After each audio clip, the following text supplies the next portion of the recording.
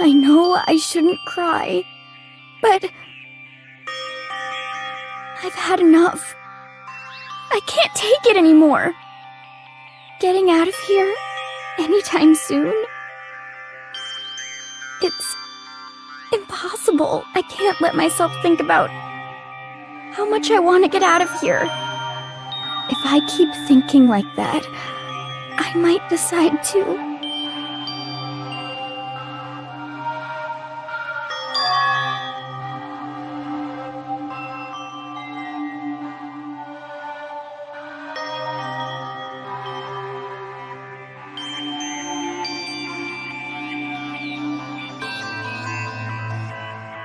Okay.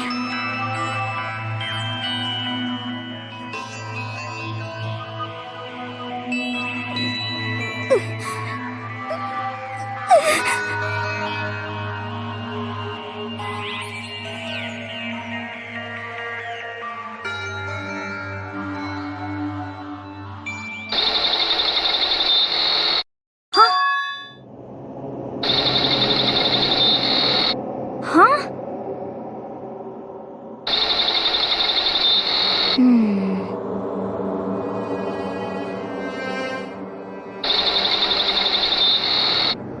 But...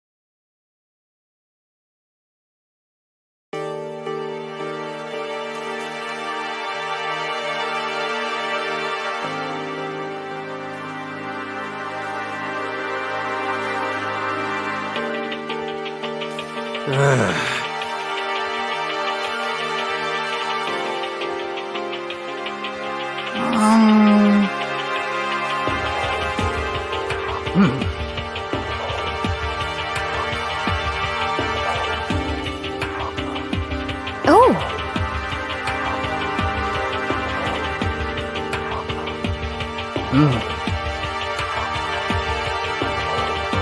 So then.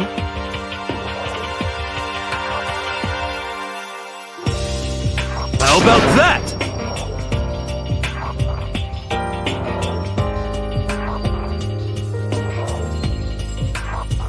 Impossible.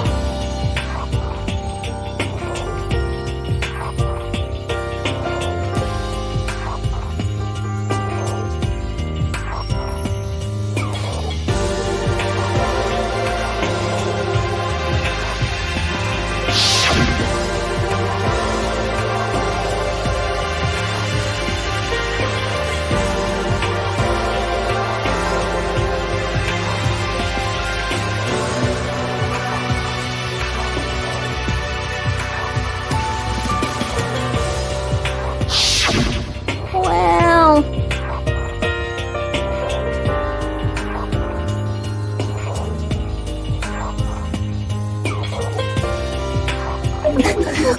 It's like...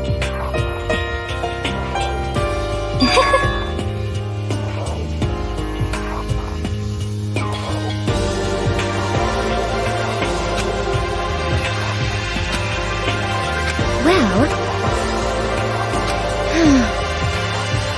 Is that okay?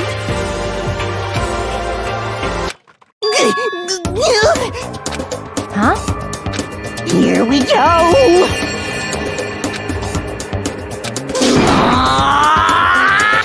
There is nothing to be done. You know?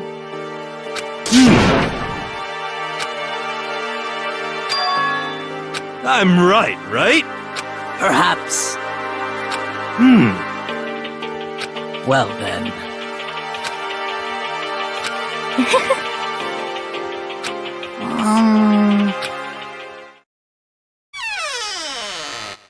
You called for me, so I appeared! What?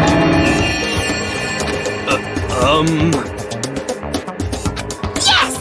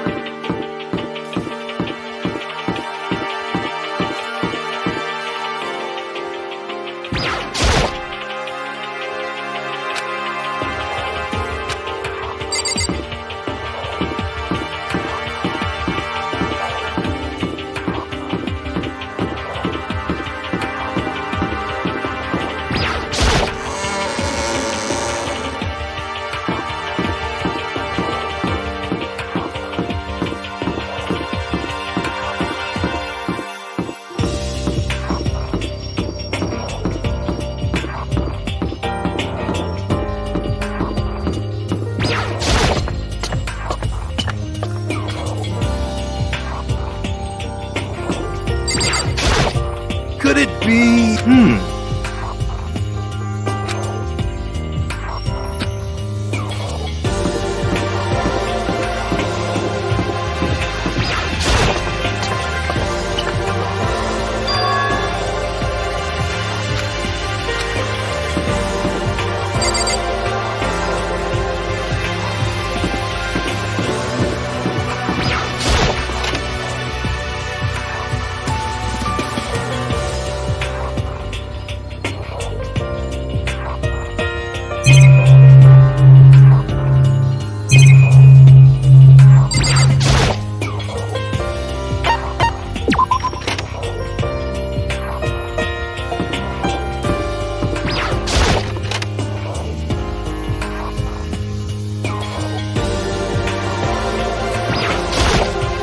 So in the end...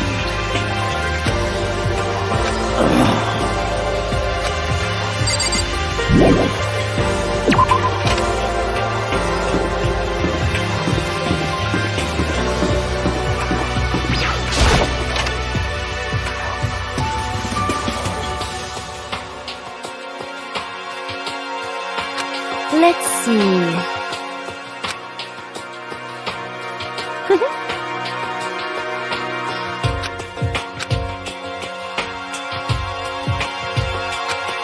Isn't it wonderful? Listen up! Ba-bum, ba-bum. So then, Too bad! Watch out!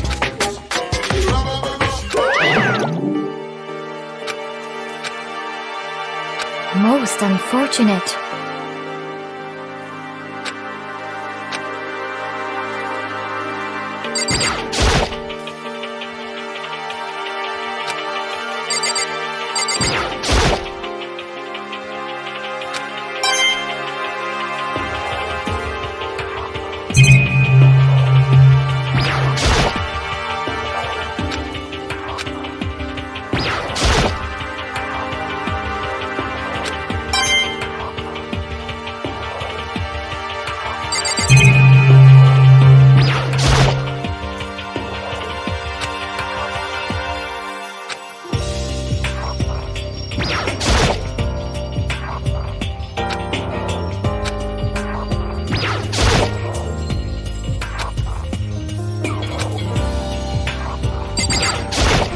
There is nothing to be done.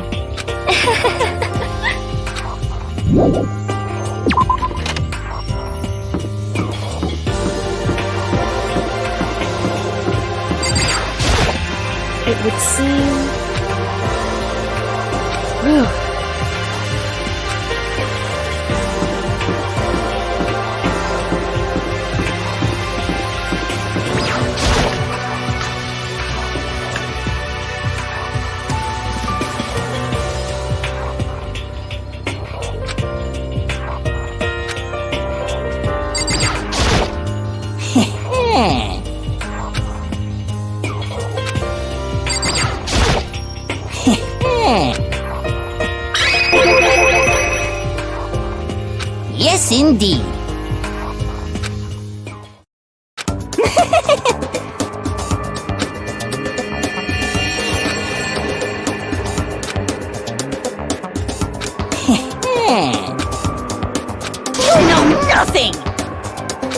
Yes, indeed.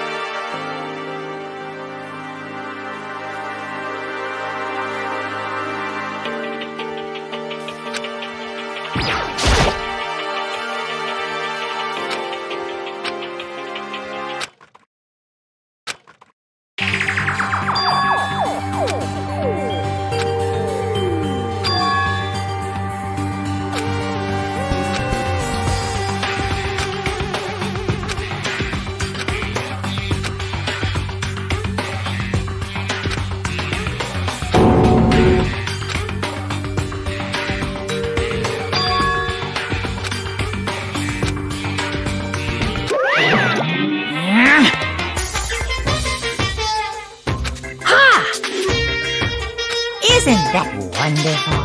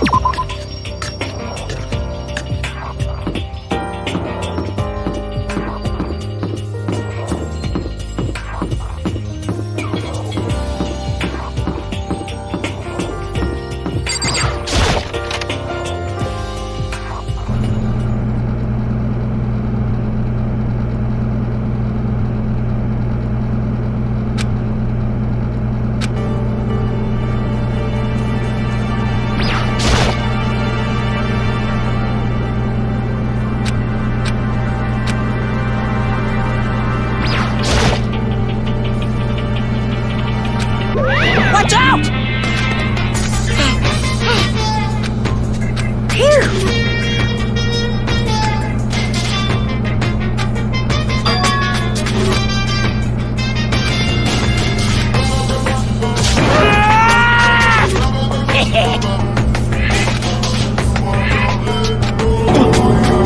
What? Hey, in other words, you guys?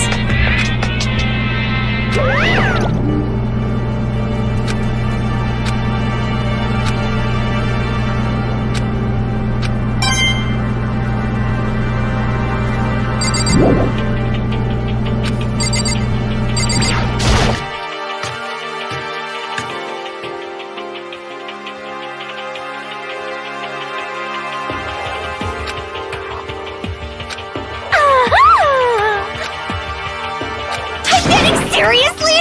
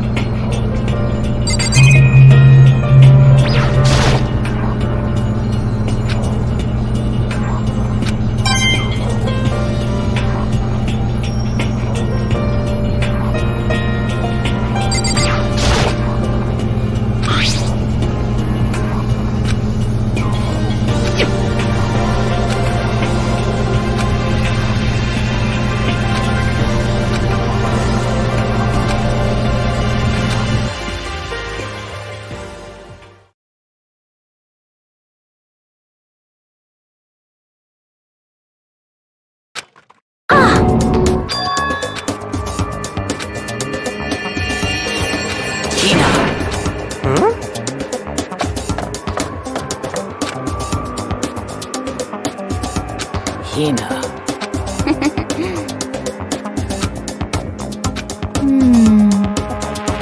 Well...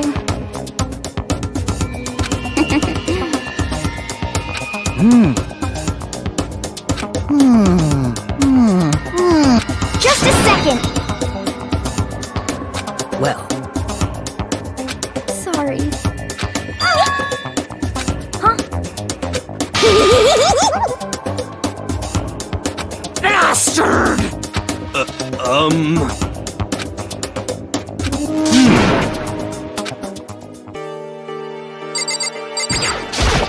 So, Could it be? That's right! Well, Yeah! so then,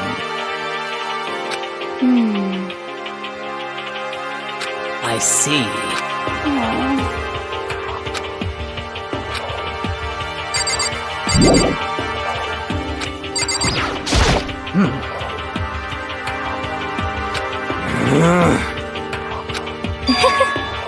Impossible. So in the end, Correct.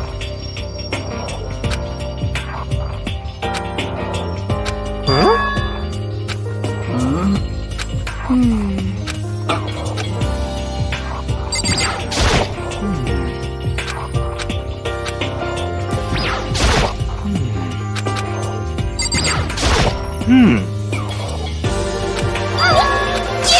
SOB! What?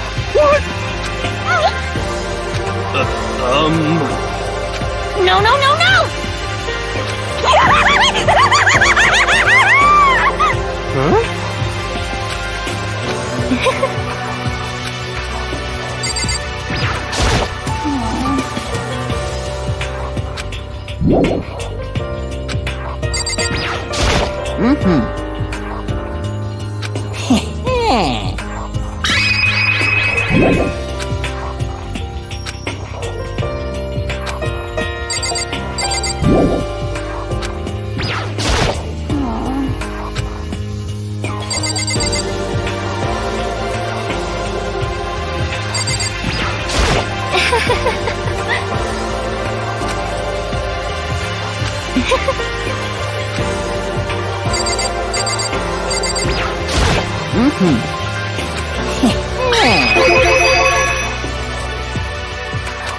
perhaps.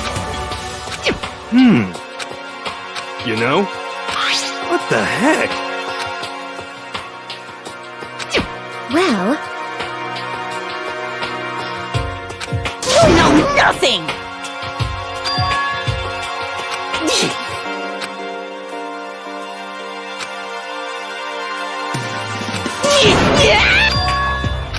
Damnation! let's see. However, what?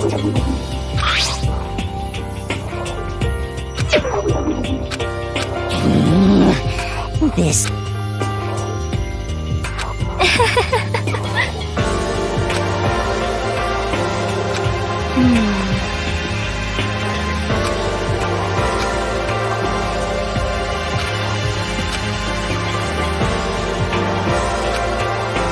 What?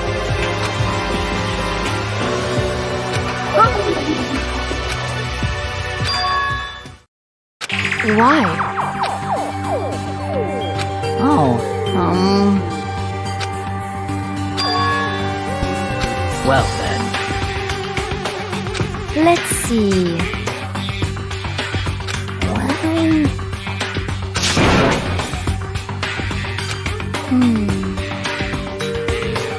How about that? Is that right?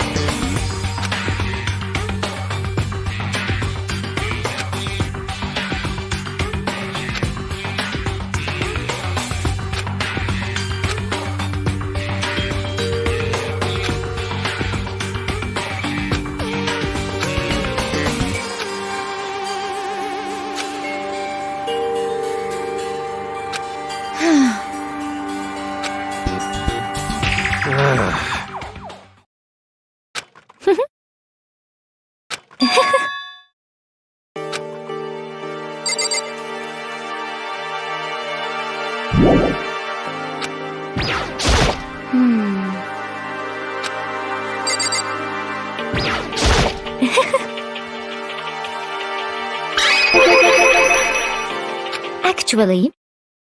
Huh? Huh?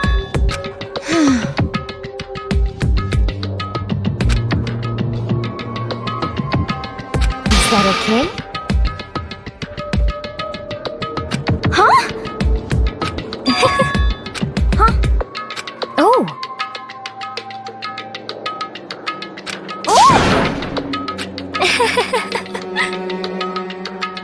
Hina. I see. That's it. I'm Just a second!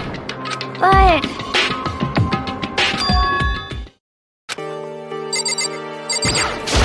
Sorry.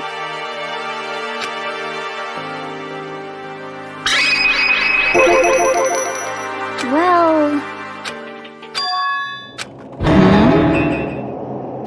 Hey, What the heck? Hina.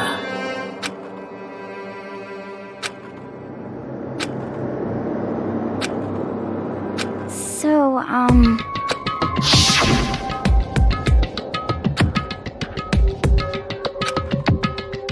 Huh? honestly. Sorry. Hina. But...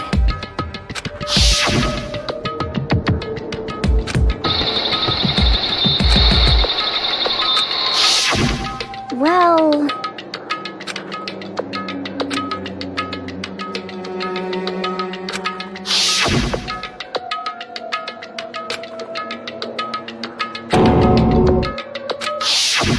Say what? Oh no! Honestly. Well then.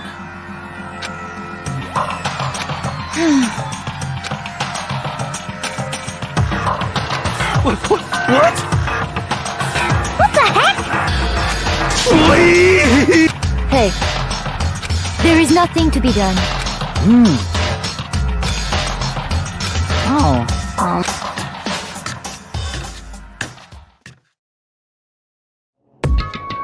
So, come on, come on. Please! Hina. well...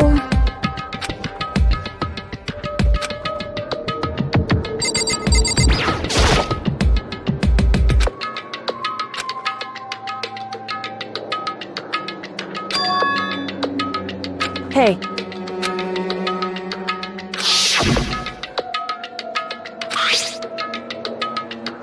So...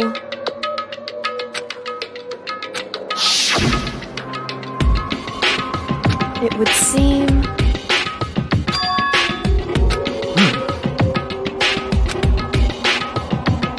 Then perhaps...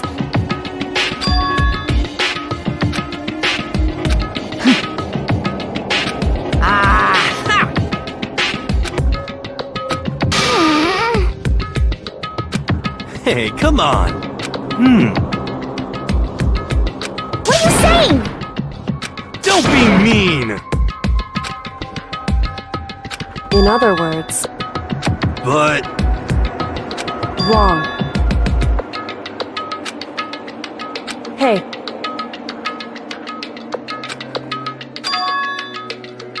Yes, it's me.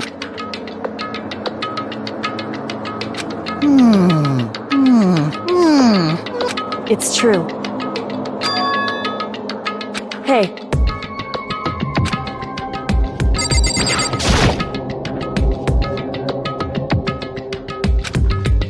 So then.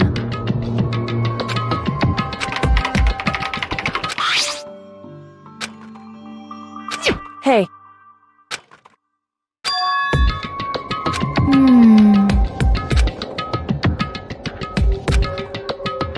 Makoto.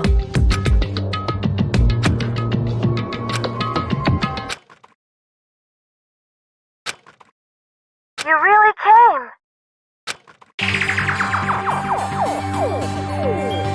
Oh no! Calm down.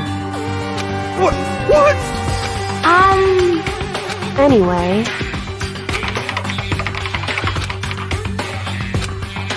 Hello, nice to meet you. I'm Chihiro Fujisaki.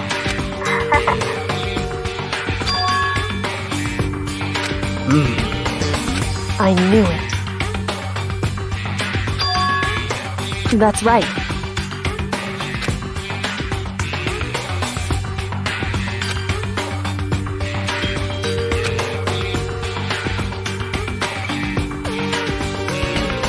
It's true. That's it. I'm sure. In other words,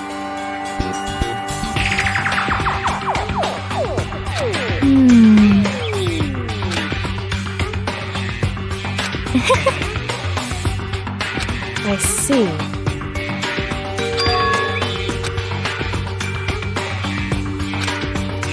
Are you okay with this?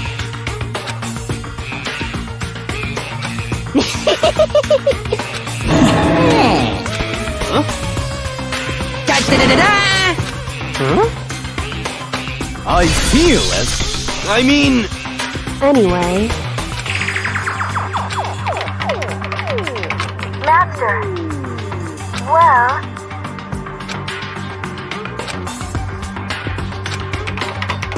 That's right.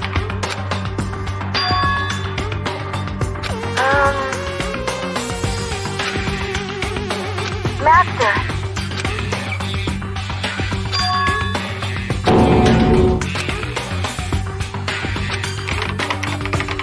That's right. Leave it to me. I see.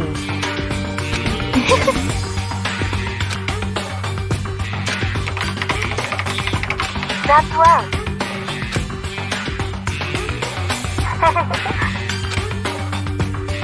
Yes, indeed. Are you okay with this? However, so then, But... it's true. However,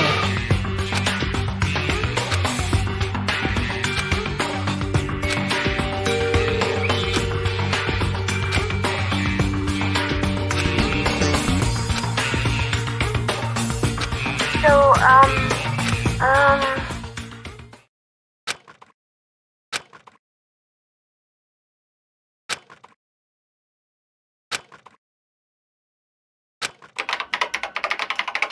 okay then.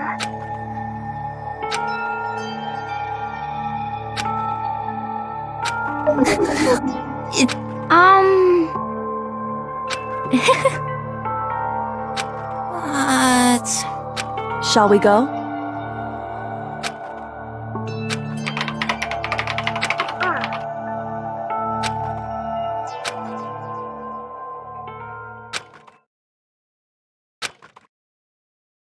Could it be...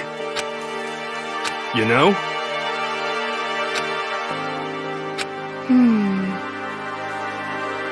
Well?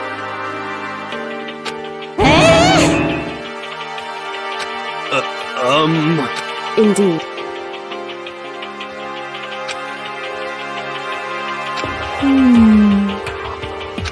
Of course. You know? It's true.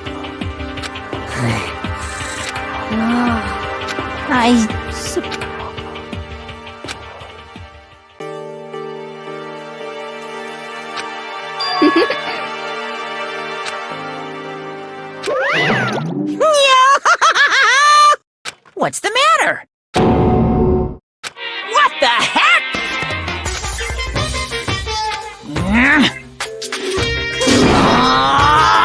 What the heck? Say what? Huh? Disgusting. Just the worst. Huh?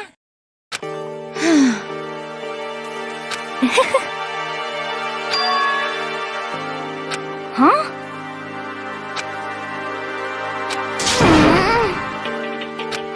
Hey, come on.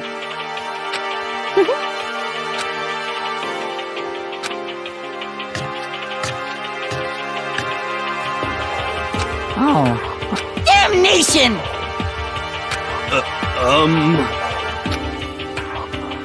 Hey! Hey! Hey!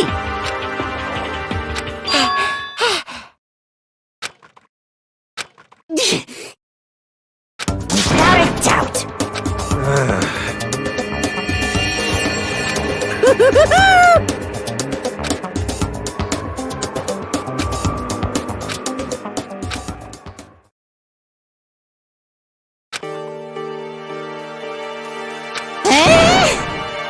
What?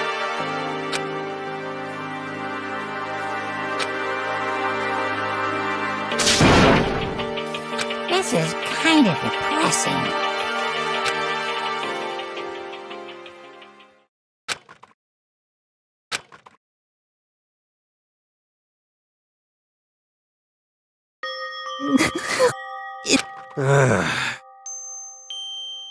Mm-hmm.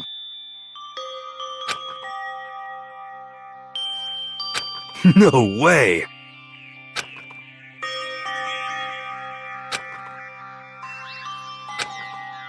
You got it! This is fine. Indeed. Of course. So in the end, Huh? Actually, Because My entire exist. Well now. See ya later. Oh, it would seem. huh?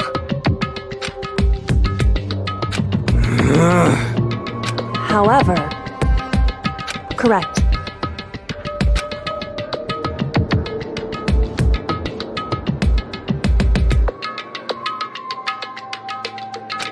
What?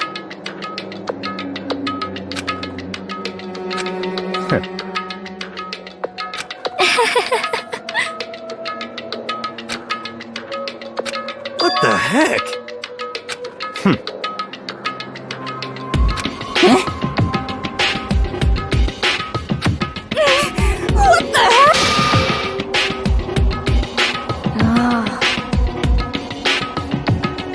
well, So then,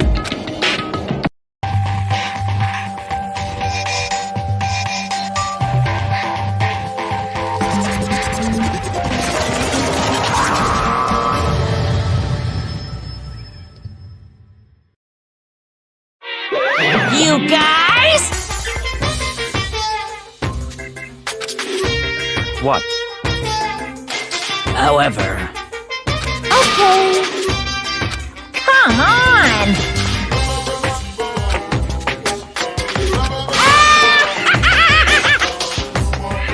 Without further ado, this! 10 million! I prepared this graduation What do you think? It's 10. It's like totally...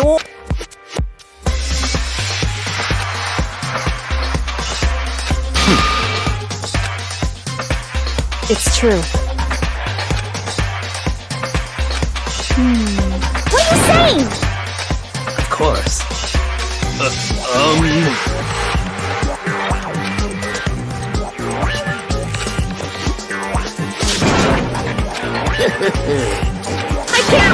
I can't wait!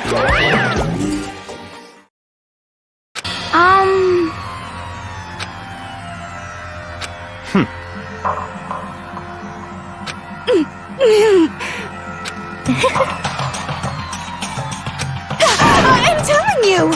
You know nothing! Hey,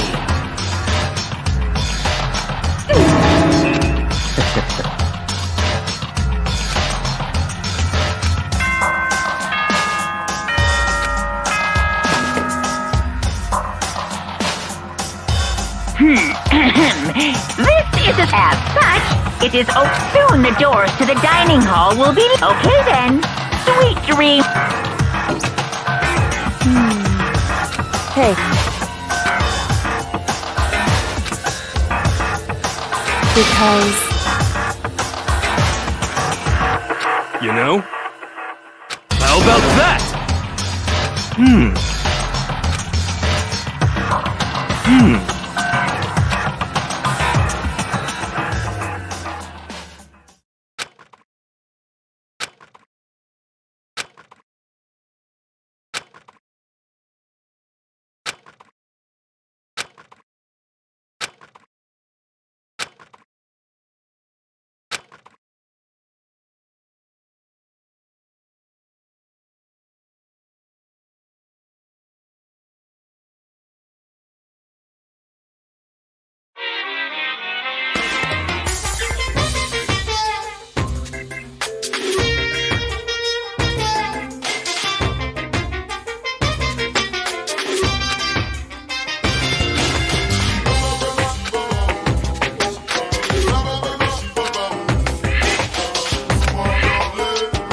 Even the darkest subject can... Our dreams are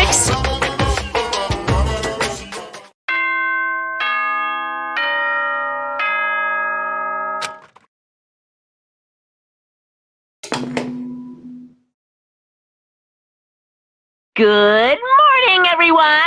It is now 7 a.m., and nighttime is officially over. Time to rise and shine! Get ready to greet another beautiful day!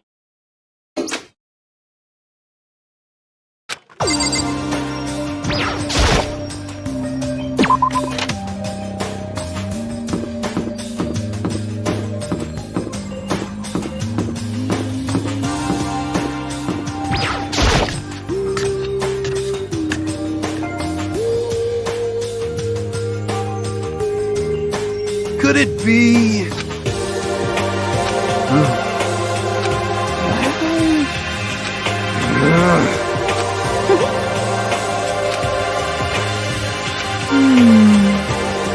Indeed. Correct.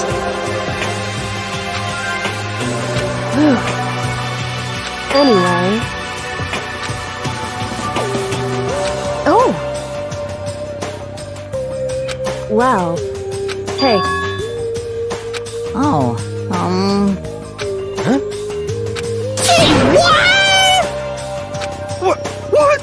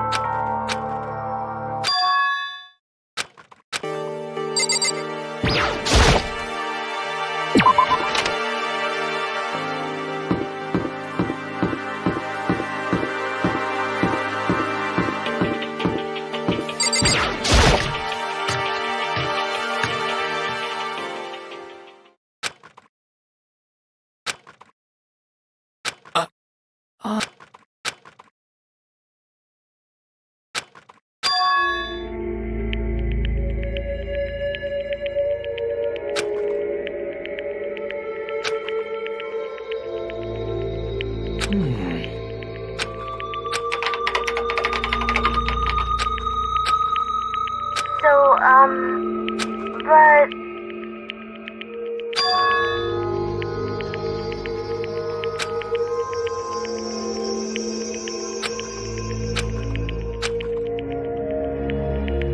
Hey!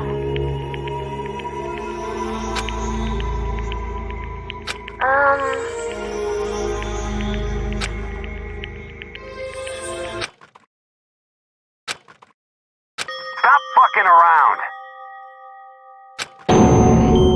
Yo.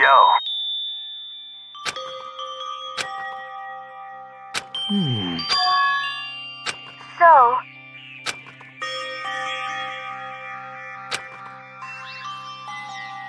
yo.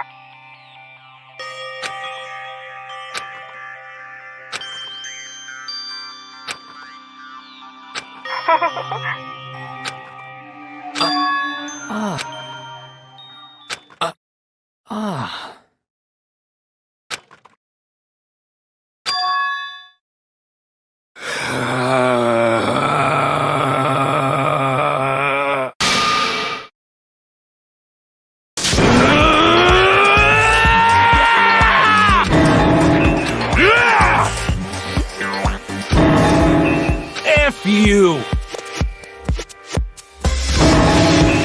Yeah!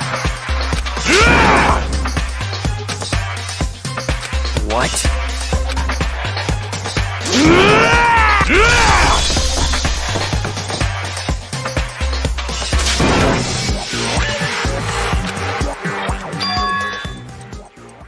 Just a second. Enough already. Correct.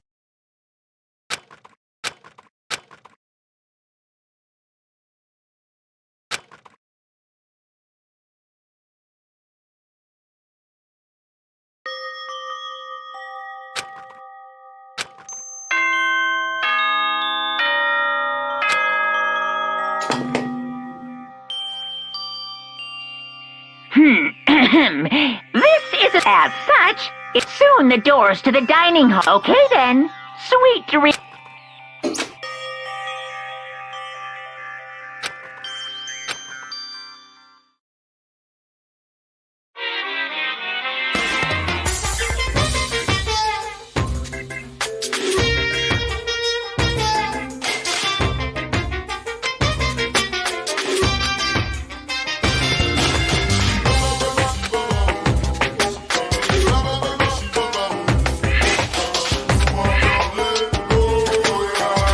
And I don't plan on ever playing it in the future.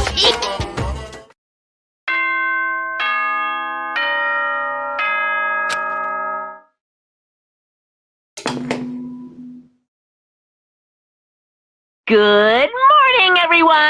It is now 7 a.m. and nighttime is officially over. Time to rise and shine! Get ready to greet another beautiful day!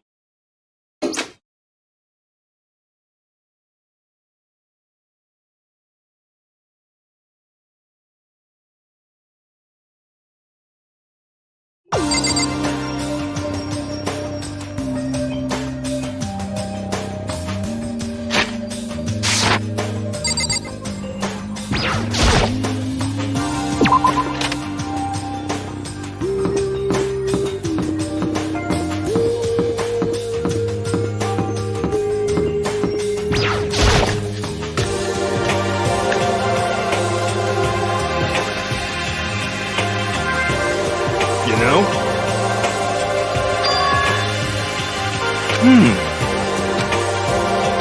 Hey, come on!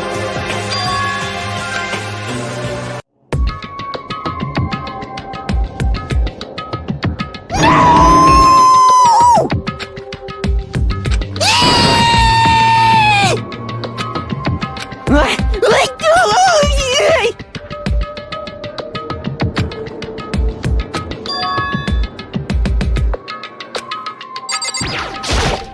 Whew.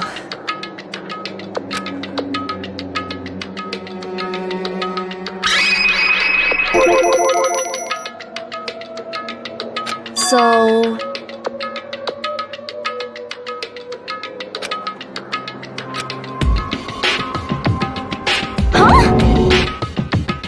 Whew. Listen to me.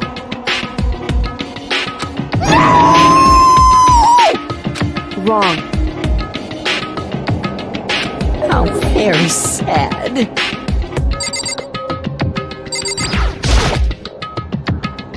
Well, However, let go!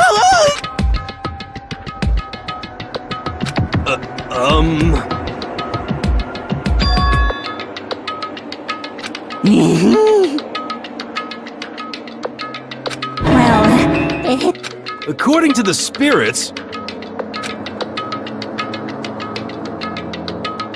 How about that? you know nothing! I feel as if...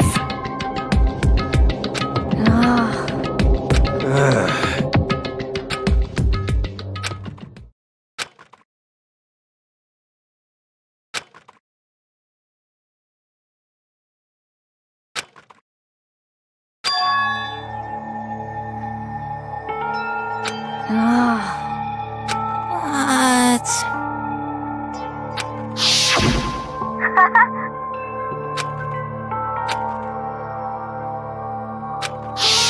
I suppose. Hey, It's like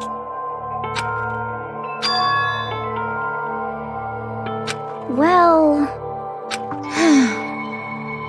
Are you okay with this?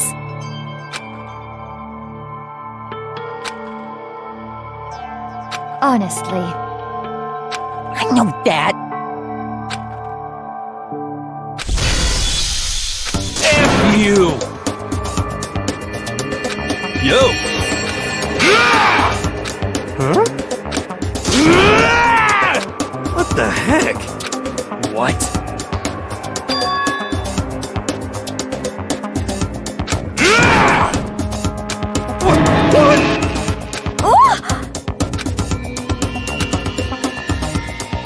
Well then.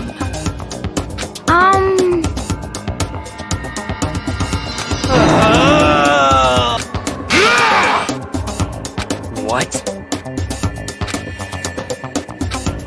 What? Yeah! F you! Yeah!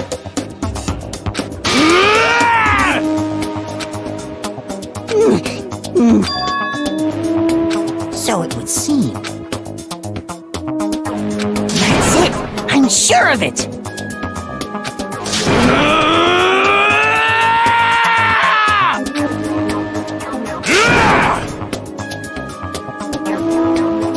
Completely unforgivable! Enough already. Hey,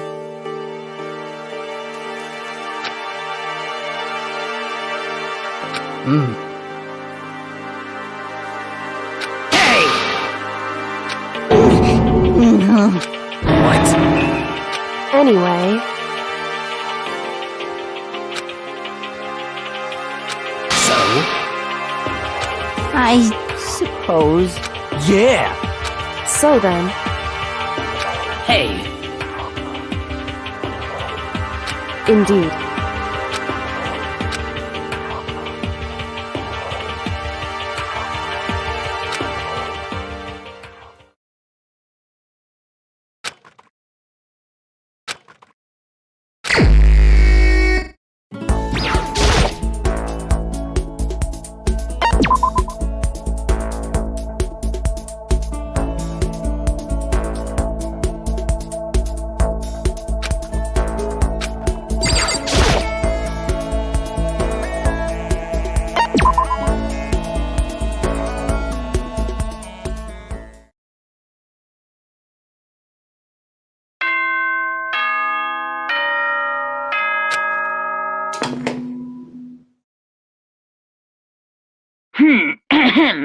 This is a school announcement. It is now 10 p.m. As such, it is officially nighttime. Soon the doors to the dining hall. Okay then.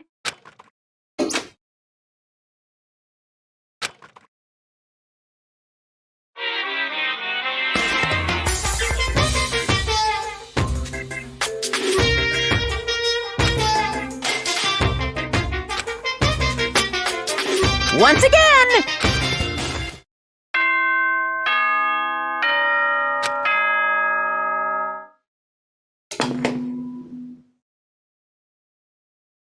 Good morning, everyone. Get ready.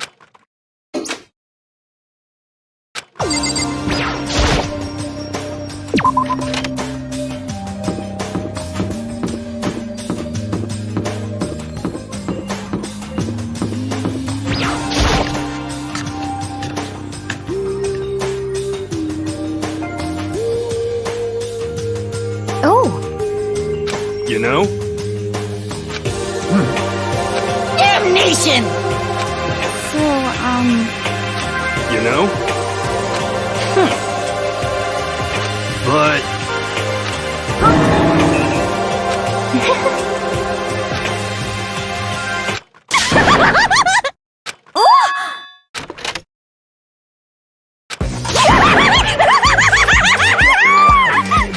So in the end, that's enough.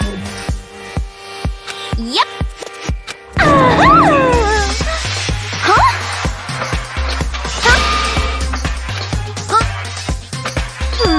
Have you reached that certain age?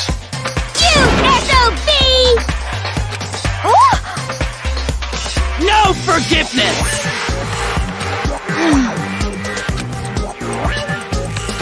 Naturally.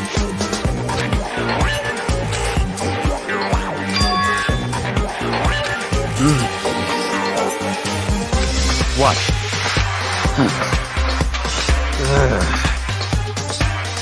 It's all clear now. What? That's fine. Indeed. I see.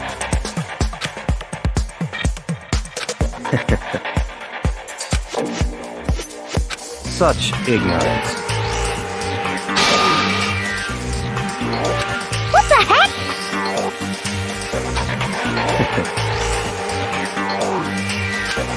Yes, yes.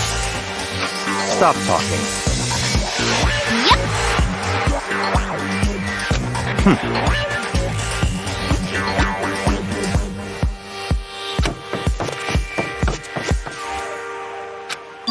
What?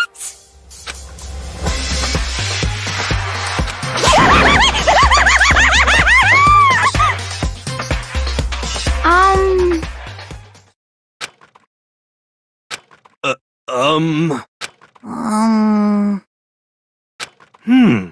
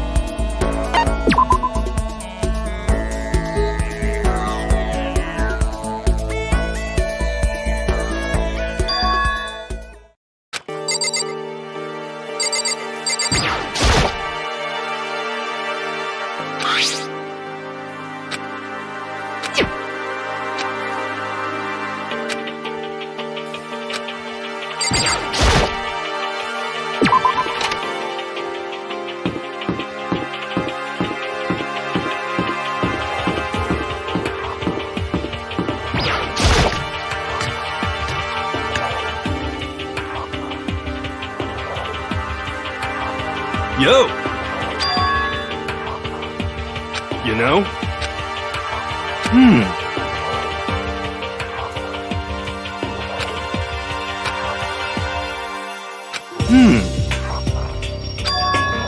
Actually, you know?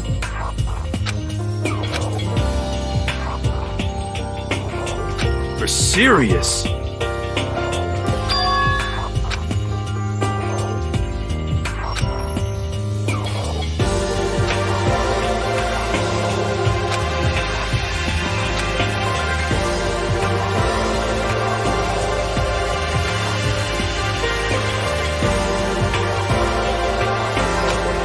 F you!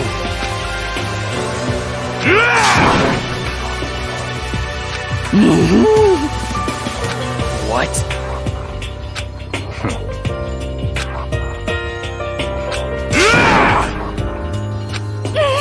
What the heck? Oh. Hey, come on! Hey, How about that? That's right.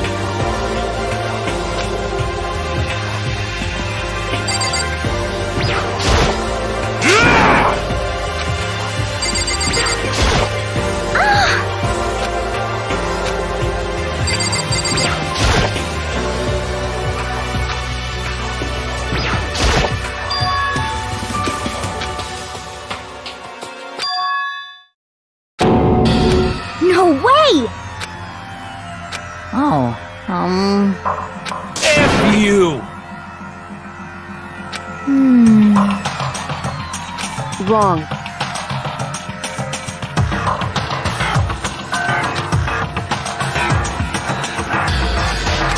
Well, However,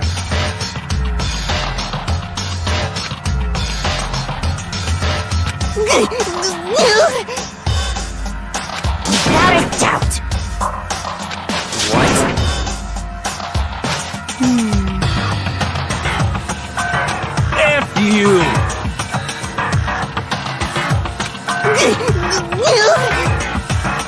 Damnation! For serious. wrong.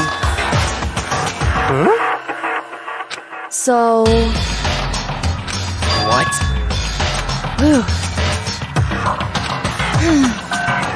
indeed. But So that's it. interesting. that's terrible!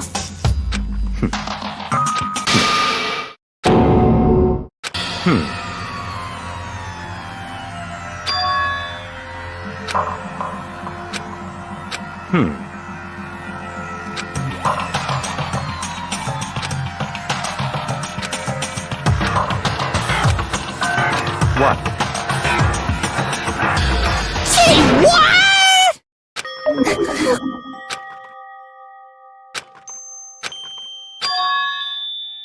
Damn it!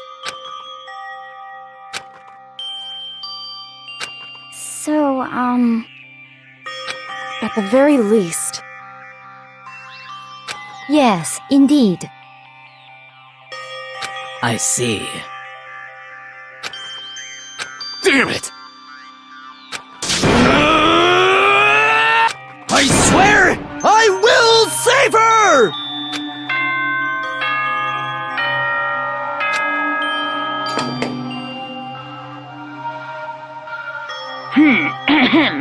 This is a school announcement. As such, it's soon the doors to the dining hall. Okay then. Sweet dreams. There is nothing to be done.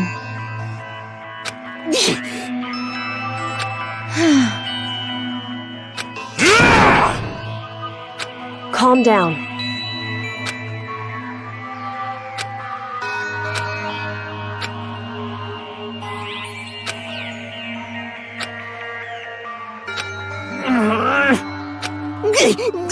This is fine.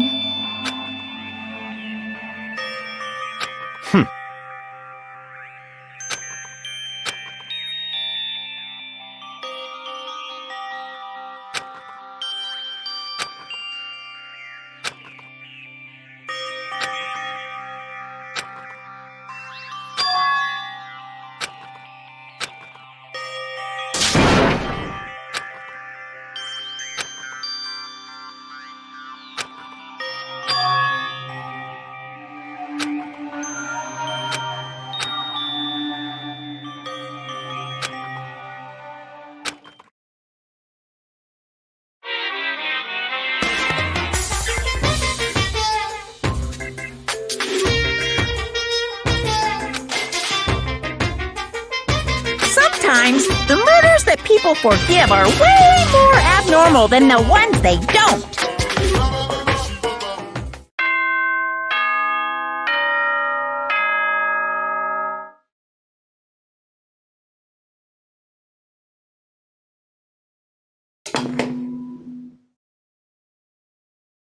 Good morning, everyone! It is now 7 a.m. and night. Get ready to greet.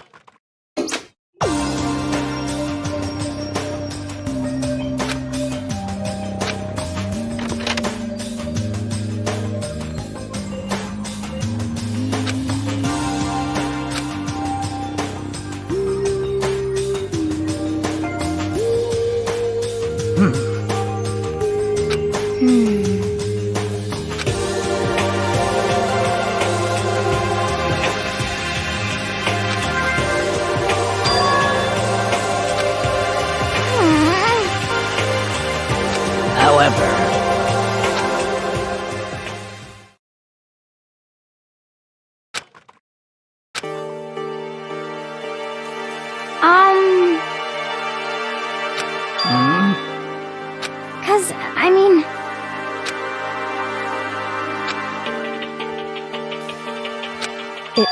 be? It would seem...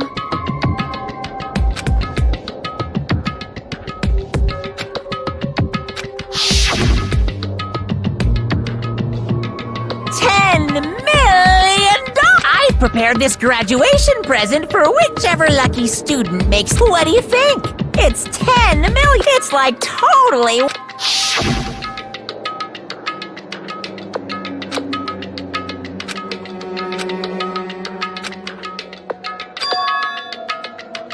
Hey.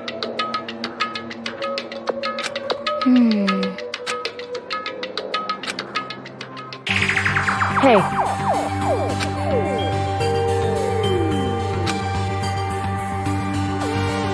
Okay, Anyway, but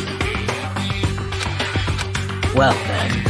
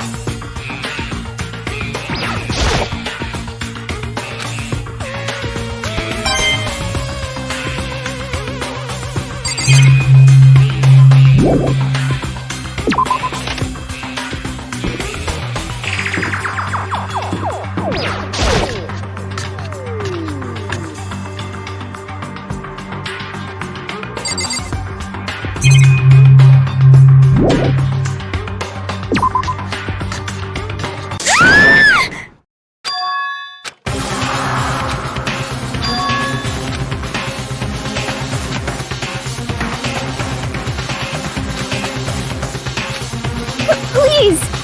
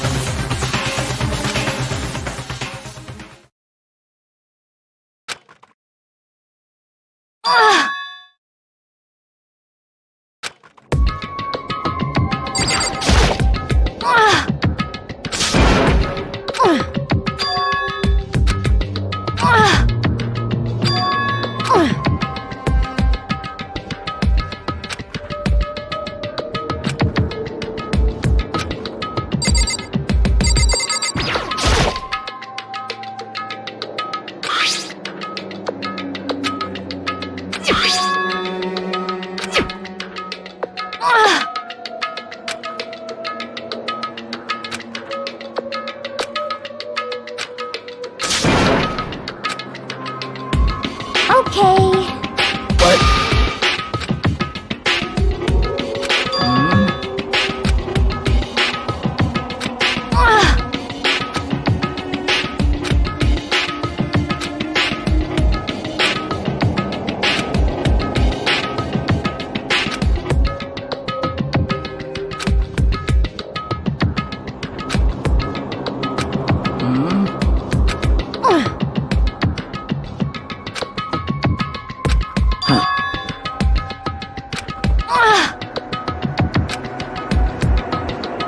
But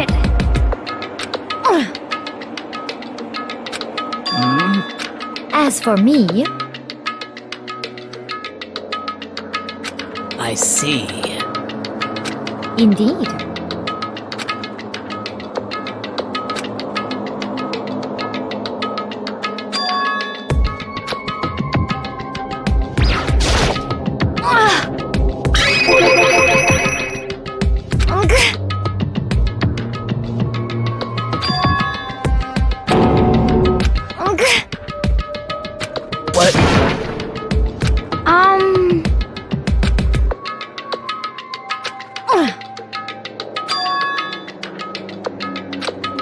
Indeed. Actually... Huh?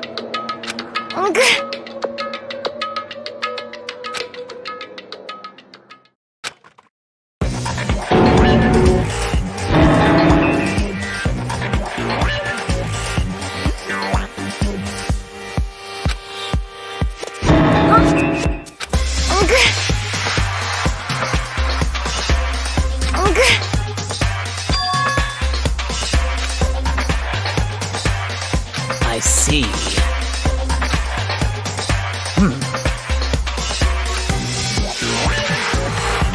Just a second! Let's see... I see.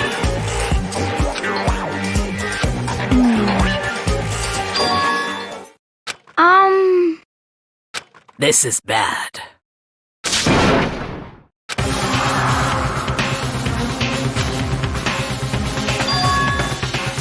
What? What? What are you saying? You've gotta be kidding!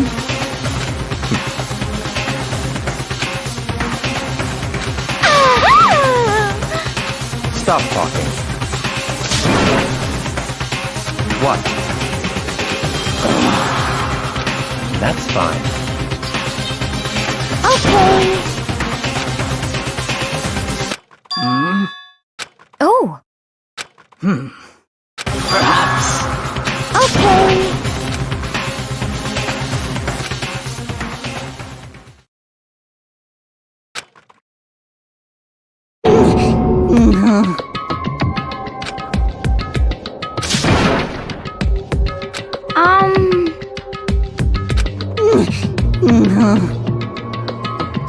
What?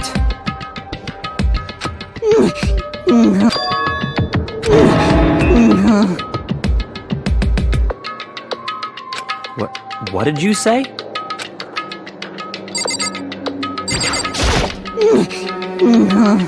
Indeed. What the hell am I looking at?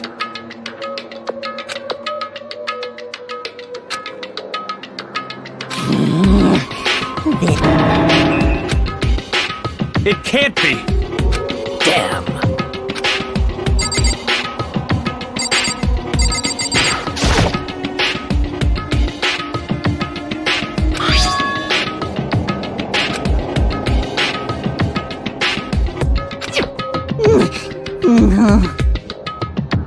Well... Hey.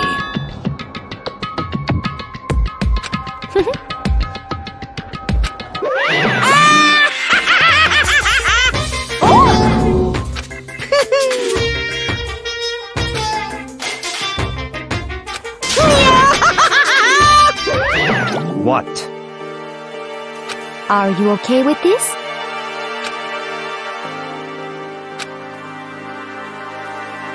Yeah!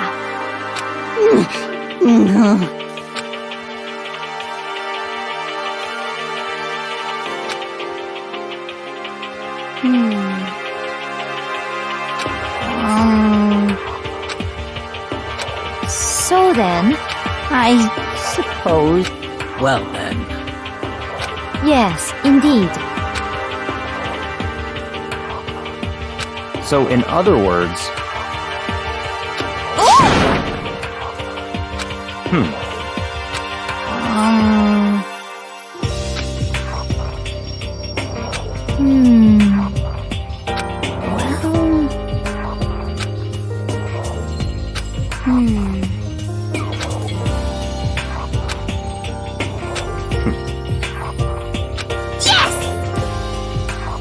What?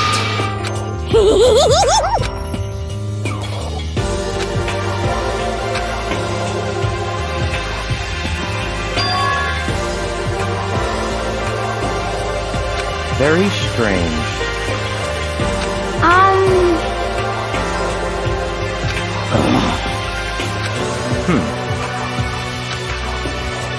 So that's it.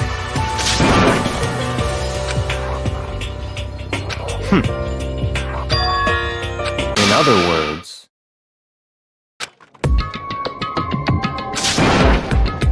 What? Hey, Okay.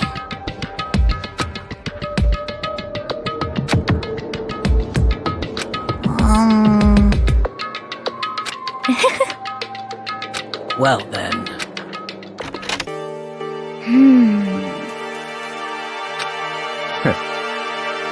What to do? What to do? What?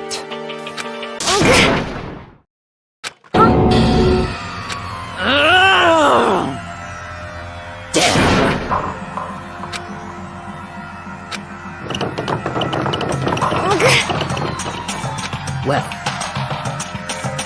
Oh! Just a second! So then... What are you saying?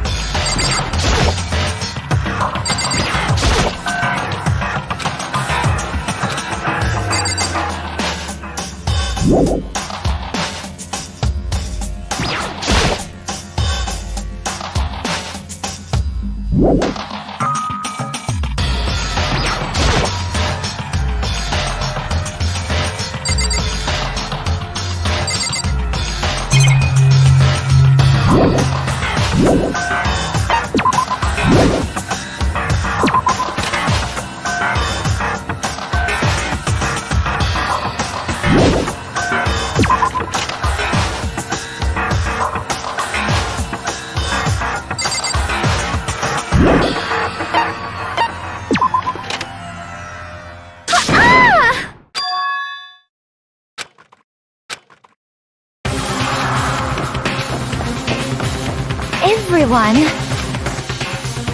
Just a second! What?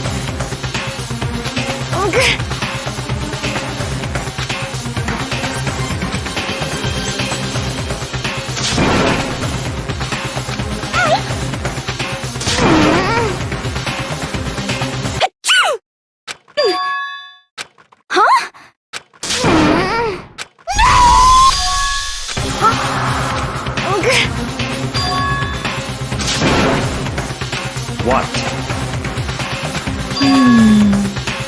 It's all clear now. So then... so then.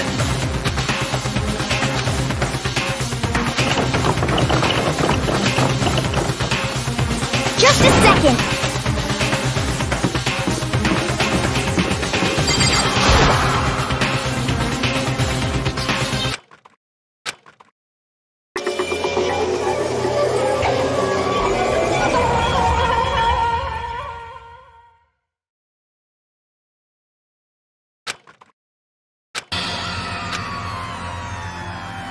No! What the...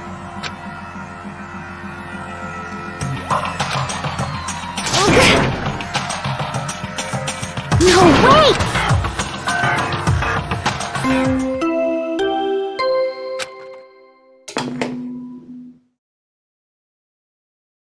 A body has been discovered after a certain amount of time, which you may use however you like. The class trial will begin.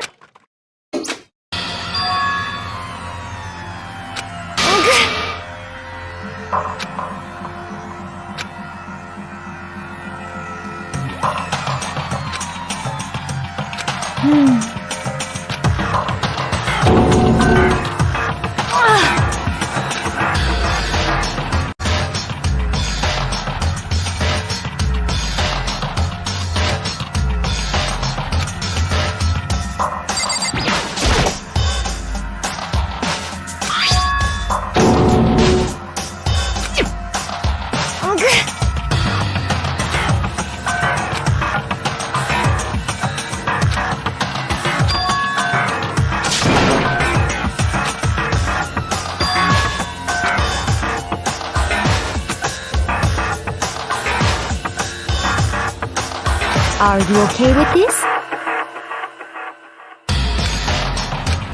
So then. Sorry.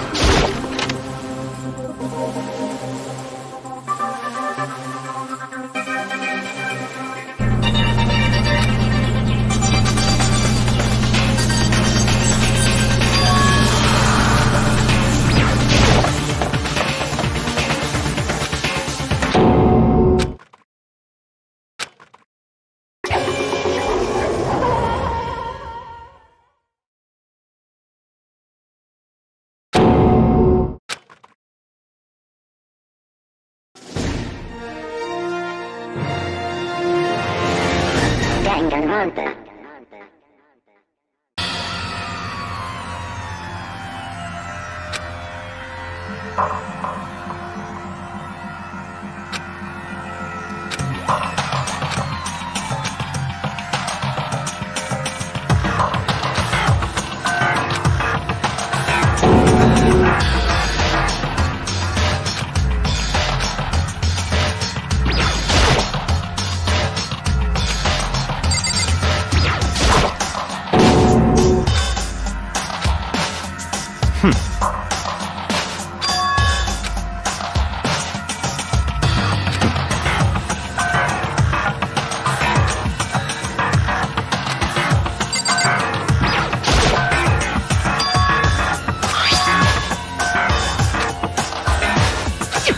However,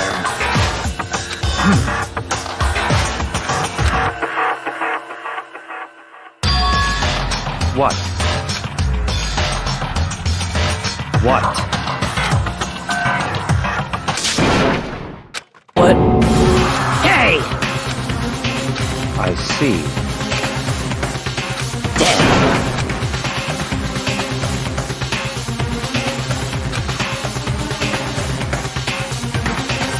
Oh.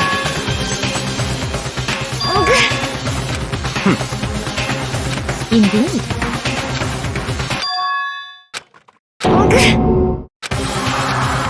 What did you say? Come on. What? Hey!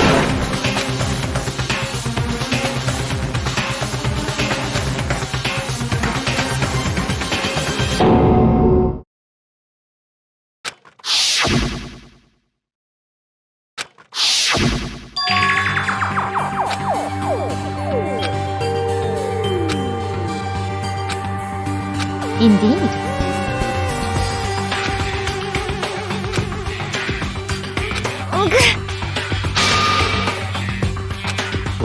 What did you...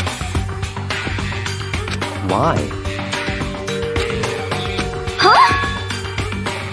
Hina. No way! No! Hina.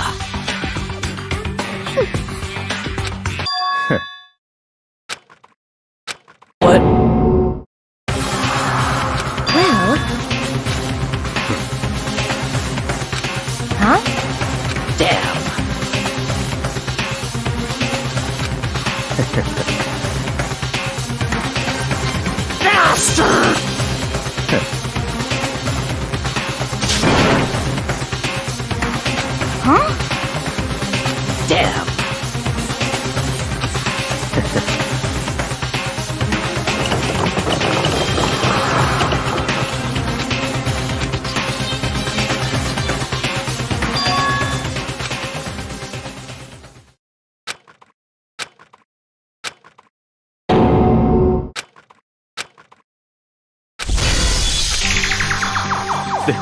This is...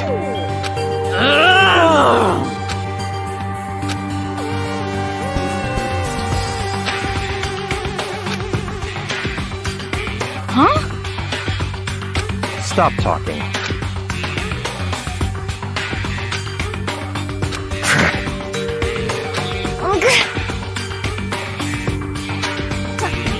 Huh? Not possible. Huh? Well... It is so.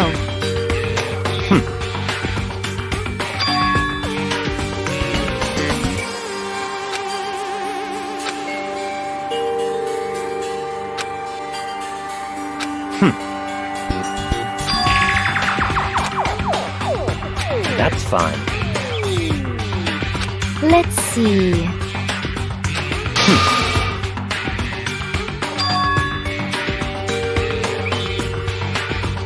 That's right.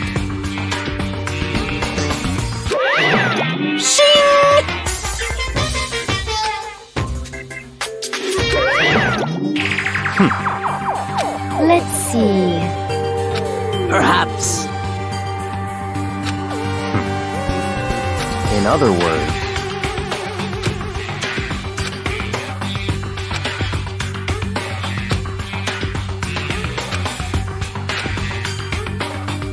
What? So then...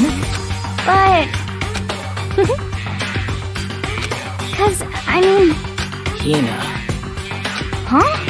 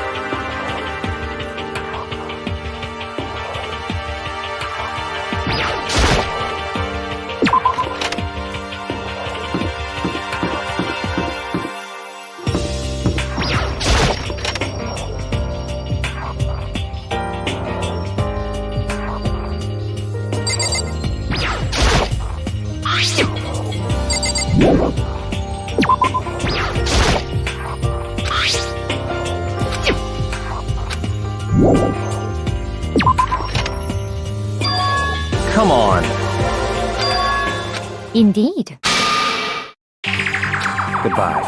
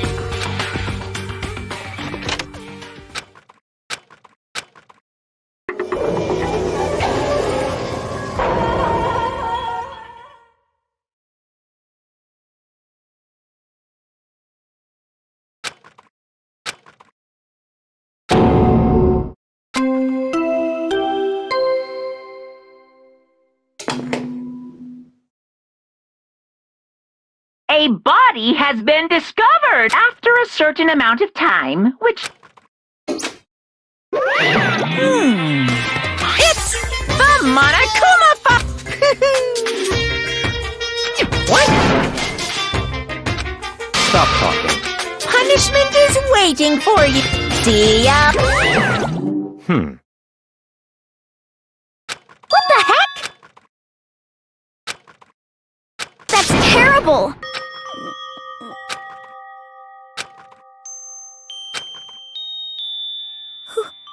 Who would do this? Why?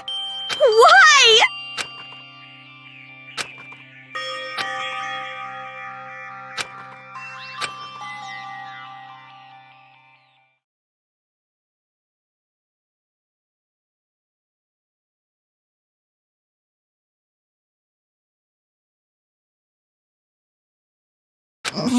He's alive again? Where? Cold. So cold. Hifumi! Huh? That's right. I remember now. Hope's Peak. Come on, you gotta wake up! I remember everything before I met you all. I met you. It's really like Hey, Hifumi! Who was it? Who tried to kill— who? That's right. Yasuhiro.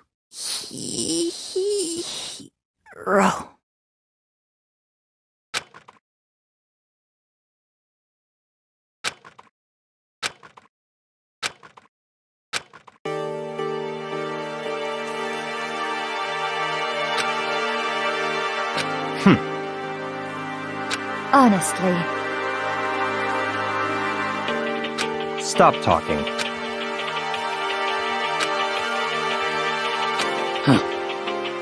Then perhaps— So, in other words,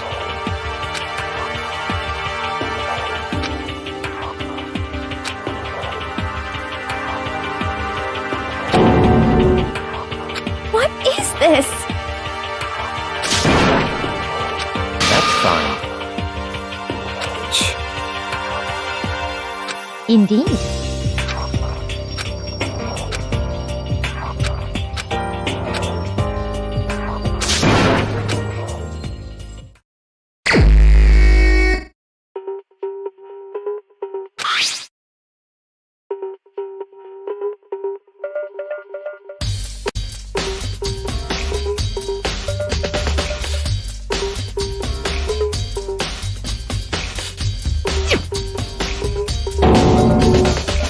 Very strange.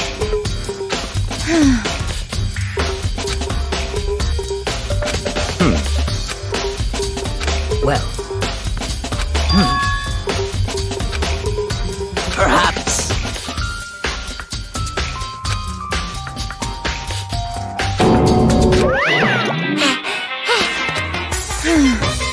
Monokuma!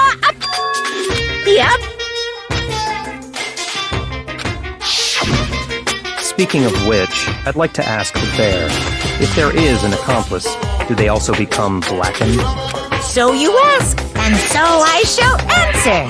Each murder is allowed to have an accomplice, but only the one who does the killing will get to graduate. So in other words, two people can work together, but one of them has no chance of profiting.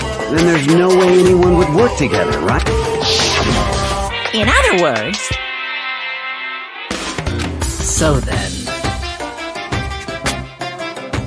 hey,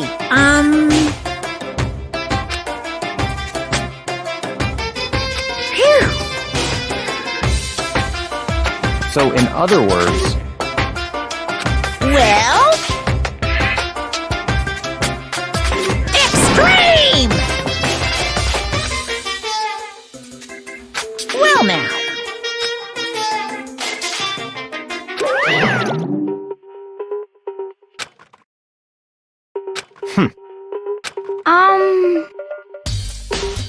However, Indeed. So, what? Oh!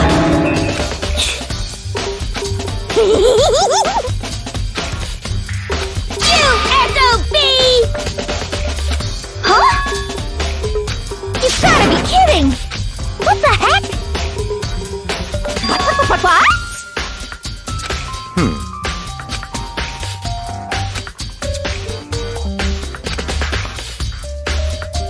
Yep.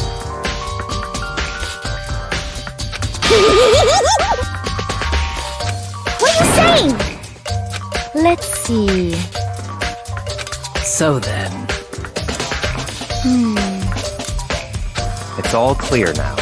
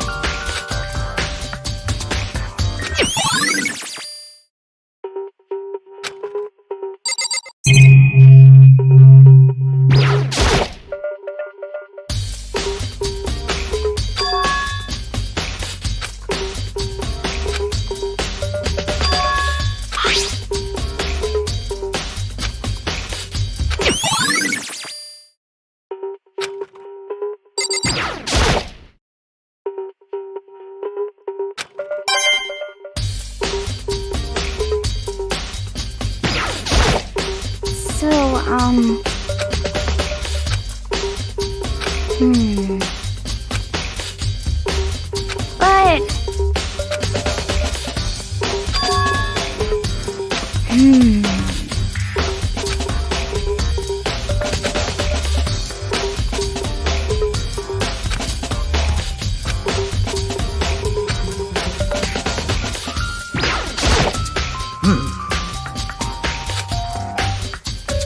so then.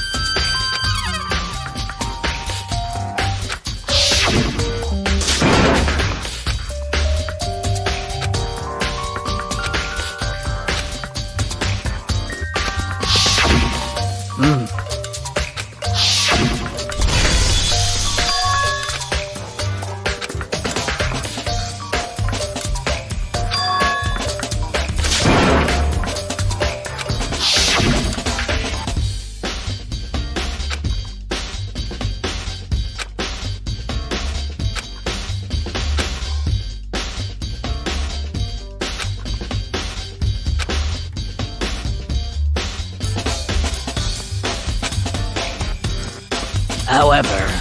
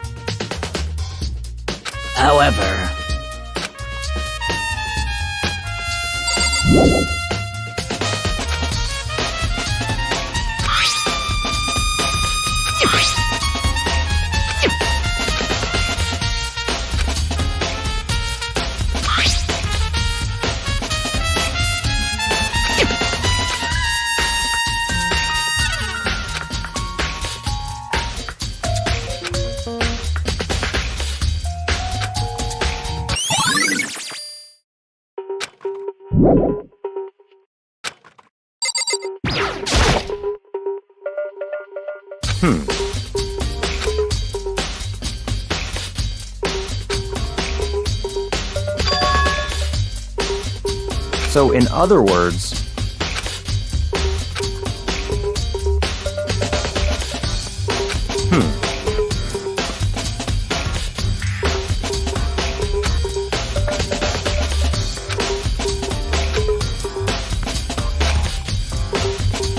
what?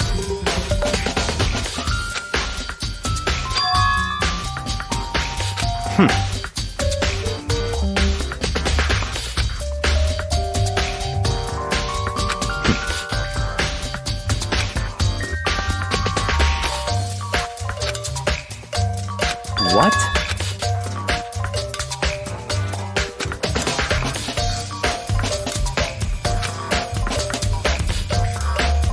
I see. That's enough. Goodbye.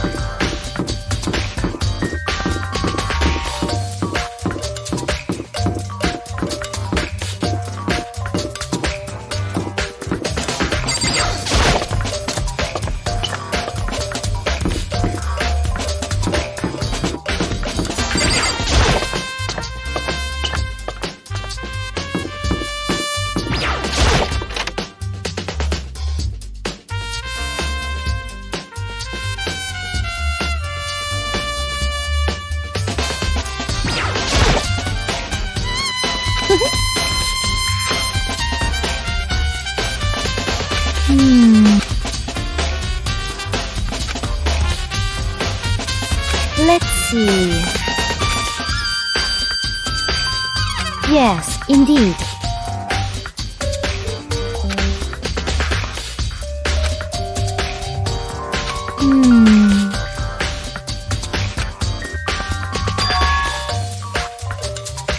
Indeed.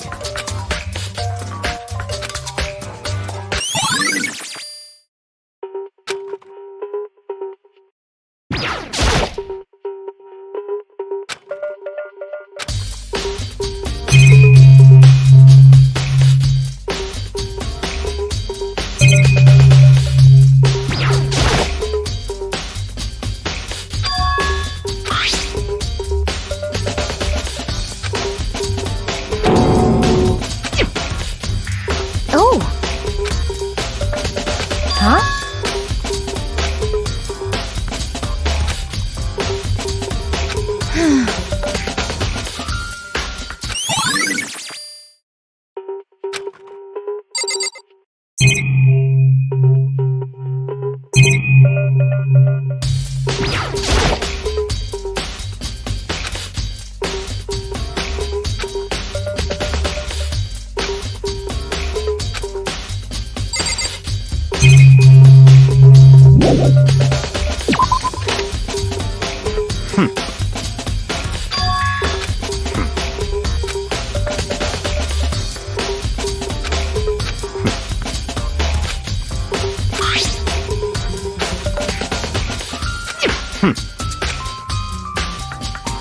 It's all clear now.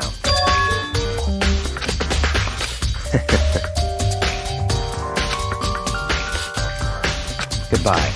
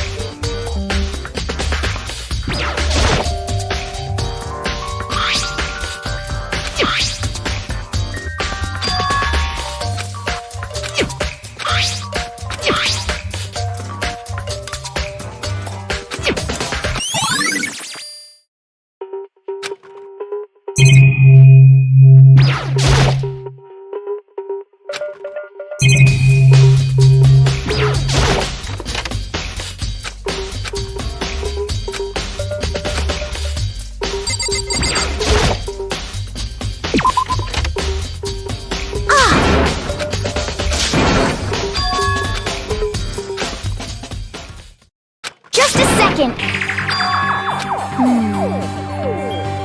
Okay.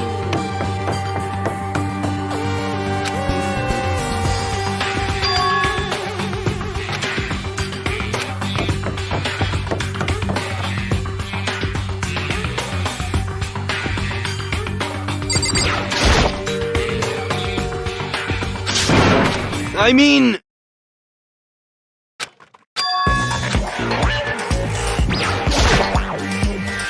Huh? Oh, hey, Mako. Huh?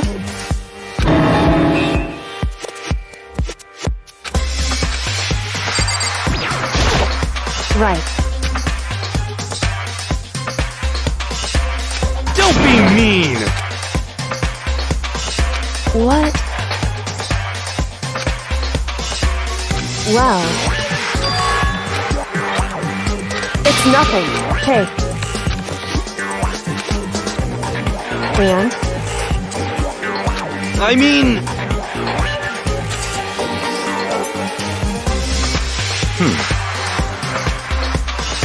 Huh? Let me out of here!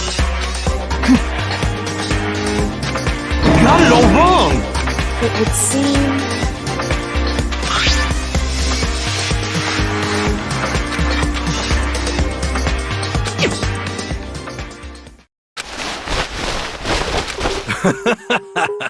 Hmm. So then, honestly, is that okay?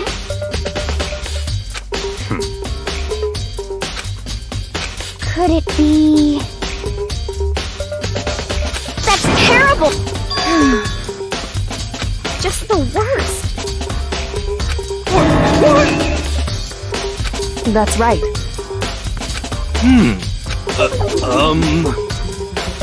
What the heck? Please! What are you saying? What the heck? Okay.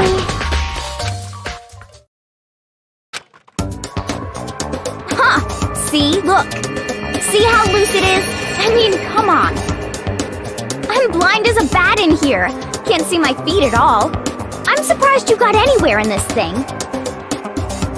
I'm telling you, it wasn't me! And not to mention, you totally can't bend at the waist. Seems like a pretty obvious oversight. That's not a very nice thing to say. I mean, it's not like I made it. I just got caught up in the moment.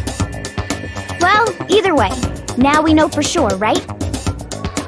I mean, it seems pretty clear that nobody but Hero could have fit into this dumb costume.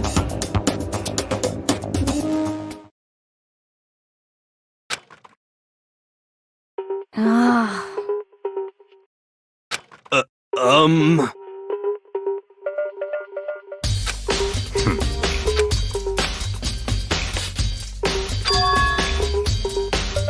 Just a second!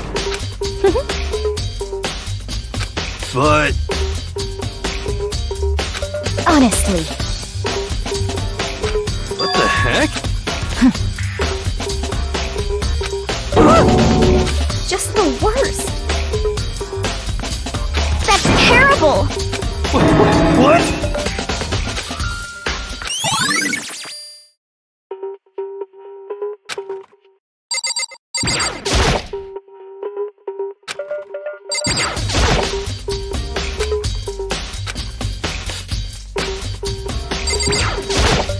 What the heck? What the heck?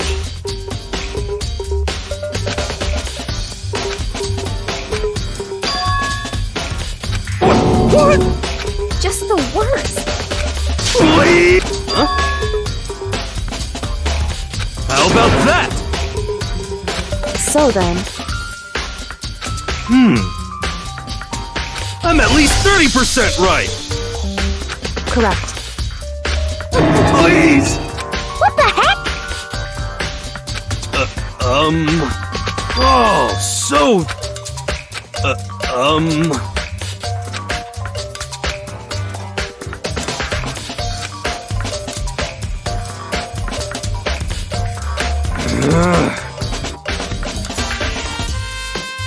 Hey.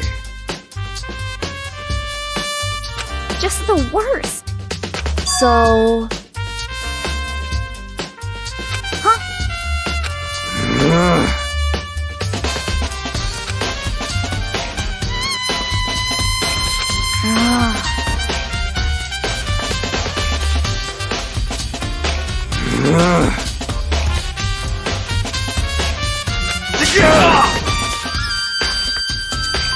Huh?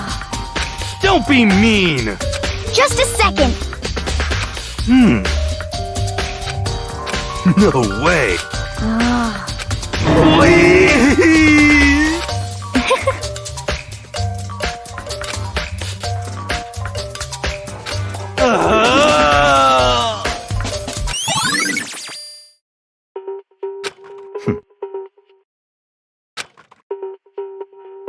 What the heck?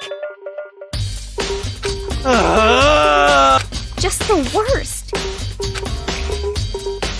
Please. What are you saying? What?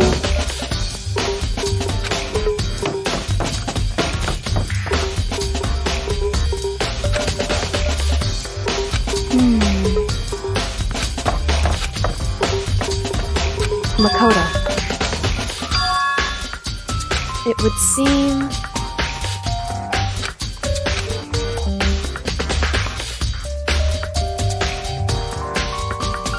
Why is that?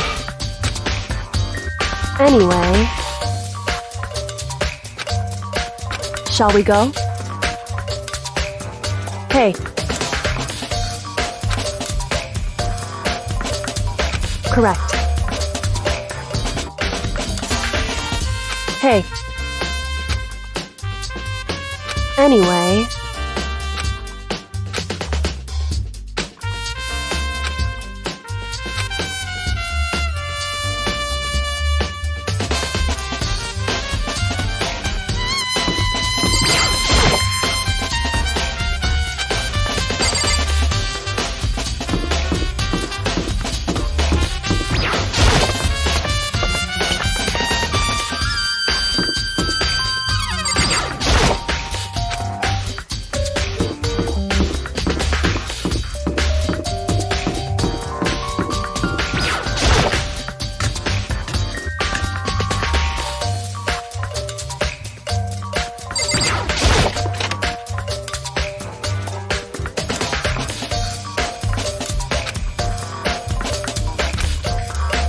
So then...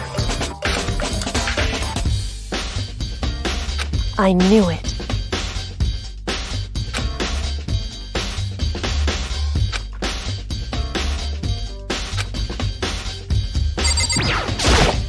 I see. Hey. Whew.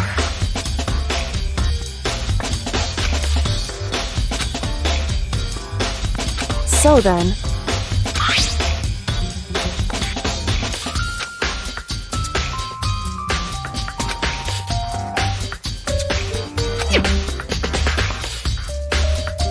That's right.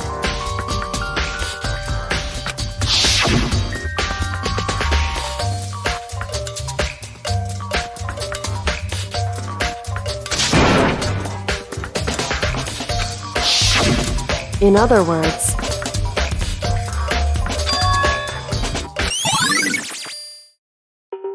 However... Makoto... Because...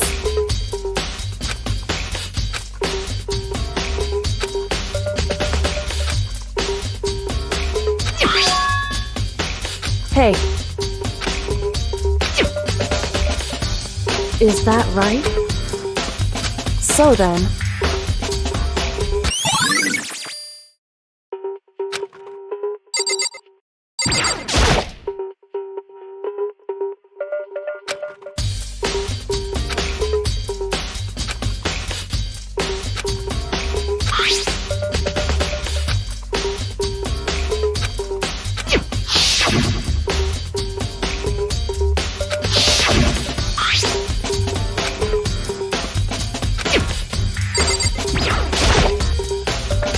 Indeed. That's right. Indeed. Why is that? Hey.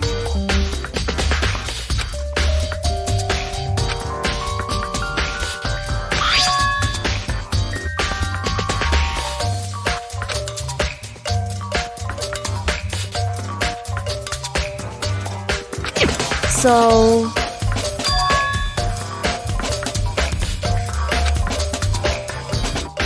However...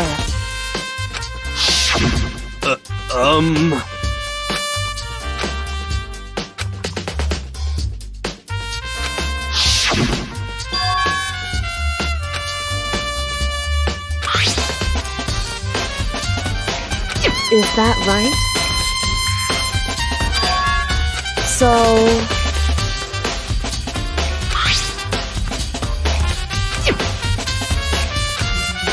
Hey. So then...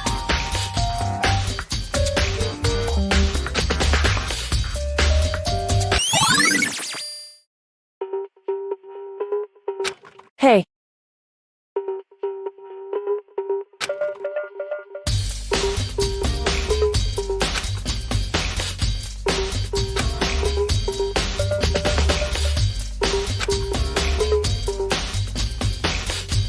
Is that right?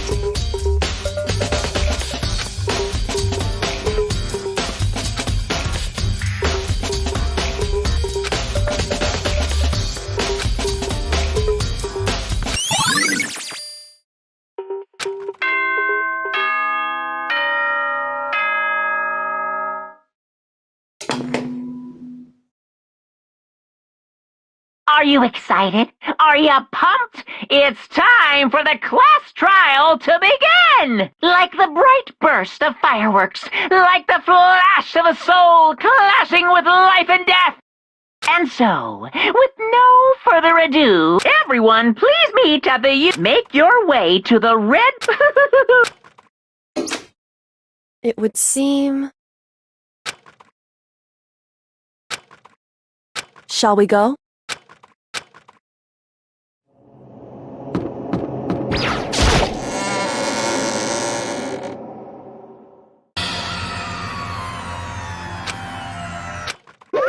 Monokuma appears! Wrong.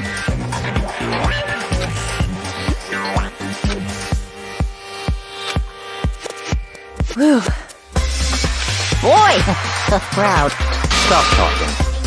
Okay. Hey!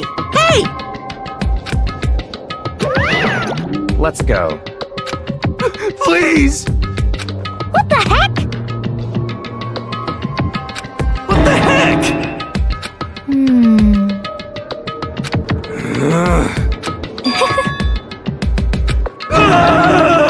Hey, That's right.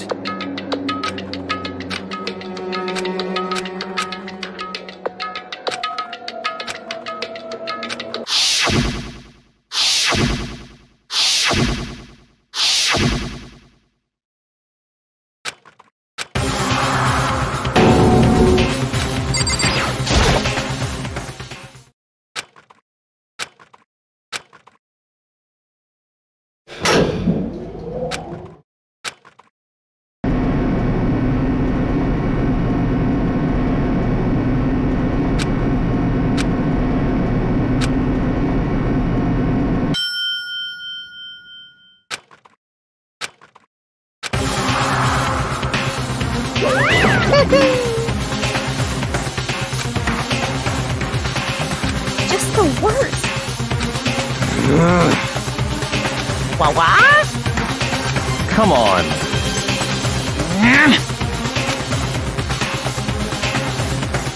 Yoo-hoo!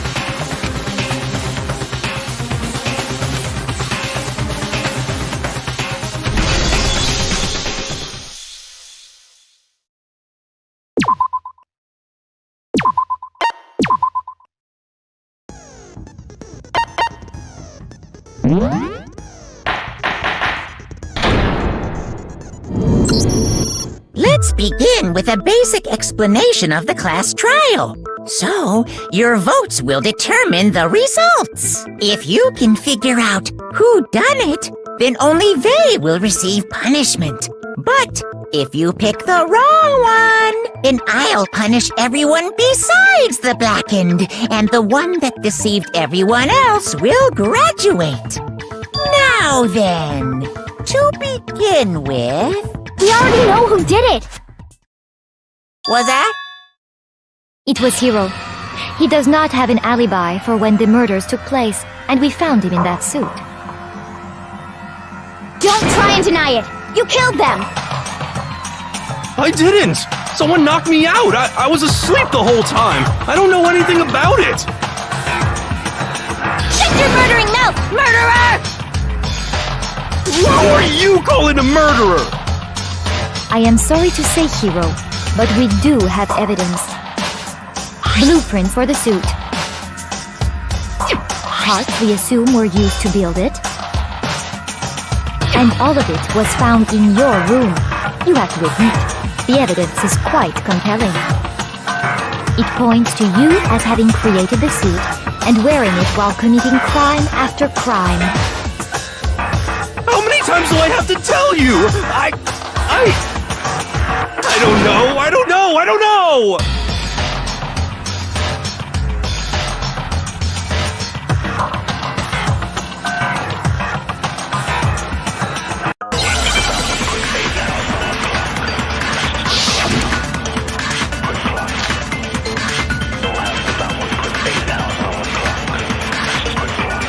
everything we found in your room. The blueprints, the suit parts, they are all proof enough that you are the culprit. I don't know anything about that stuff! It's not true! It's a conspiracy! Hero, why? Why did you kill them? No! Just hold on a second!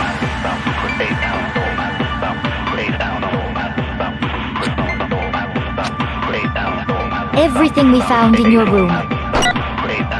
The blueprints, the suit parts, they are all... No, that's wrong.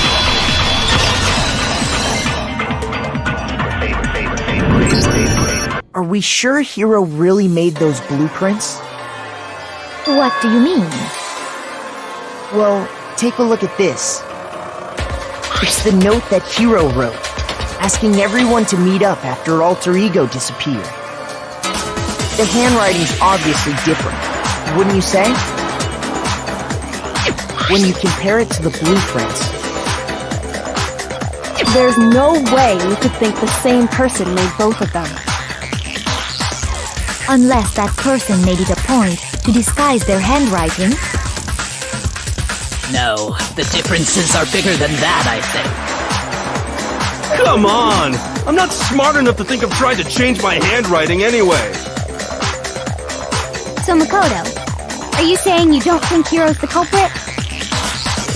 And he's not the only one. I think Hiro's innocent as well. Then who was in that Robo-Justice suit? Is it like Hiro said? Was there really someone running around in a second suit? The suspicious individual hidden within the suit. Go ahead, Makoto. Tell them who it was. So? Who was in the Robo-Justice suit?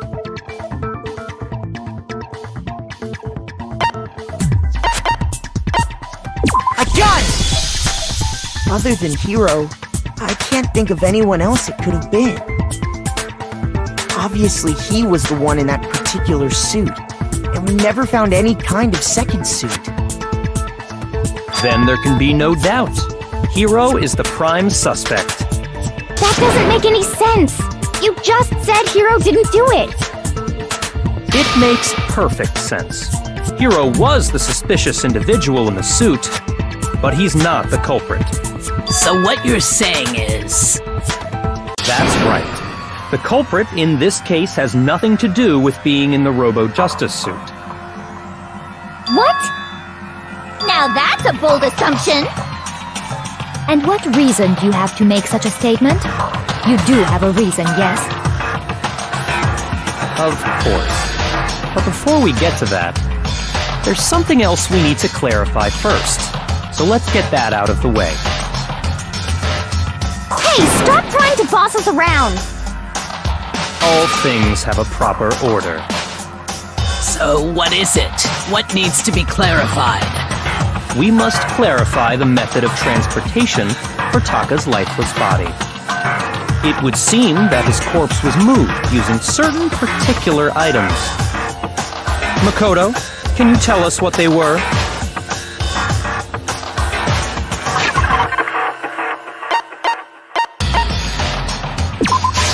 A gun!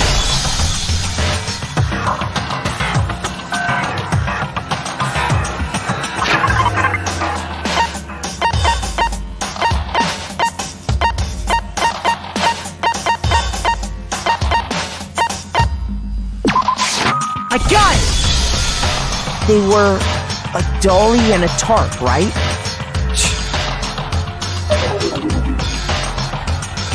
So, let's see if I can explain. Taka's body disappeared from the equipment room, and then we rediscovered it in the repository. And when we found it for the second time, it was wrapped in a blue tarp, right? It was the same tarp that, up until then, was stored in the equipment room. So the killer must have seen it there, and decided to use it when they moved Taka's body. That way, They wouldn't leave any bloodstains while they were moving it. Okay, that explains the tar. And the dolly? Same thing. I'm sure the dolly was in the equipment room when we first found Taka's body there. But when the body disappeared, so did the dolly. Later, when Taka's body reappeared in the repository, so did the dolly. In other words, you think they used the dolly to move the body, am I right? But are you sure you are not mistaken? Huh? Are you absolutely positive the dolly was in the equipment room when we found Taka's body? That dolly was made specifically for moving large objects between the repository and the art room. It would be very strange indeed to discover it had made its way to the equipment room. Is it not possible that it was in the repository all along, and you simply didn't realize it? She's raised an objection. How do you respond? There is no shame in being wrong, and nobody expects much from you anyway. We have all accepted the fact that you rarely understand what is going on around you.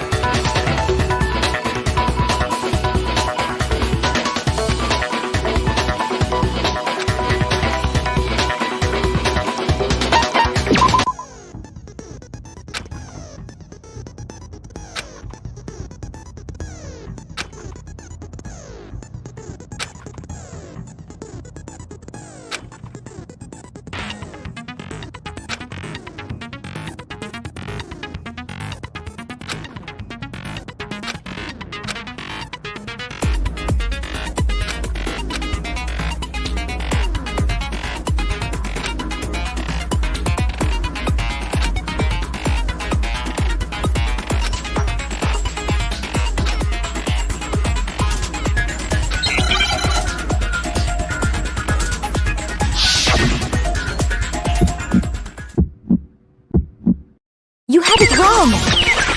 I cannot agree! You are a fool! So pathetic! Lies will get you nowhere! Do your worst! Away with you! You miserable wretch! I cannot agree! You are a fool! Lies will get you nowhere! Do your worst! You miserable wretch! You had it wrong! I cannot agree. You are a fool. So pathetic. Lies will get you nowhere. Do your worst. Away with you. You miserable wretch.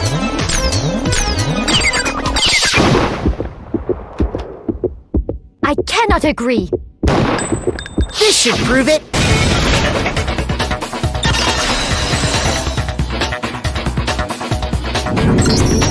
If you're asking for proof that the dolly moved, I have it right here. When I found the dolly in the repository, one of the wheels had a blood stain on it. There was a pool of blood in the equipment room with a tire mark in it that matched the dolly wheel's tread. The killer probably rolled the dolly through the blood on accident as they wheeled the body out of the room. And as the blood dried on the tire, they moved the body into the repository. So there's my proof that the dolly was used to move Taka's body.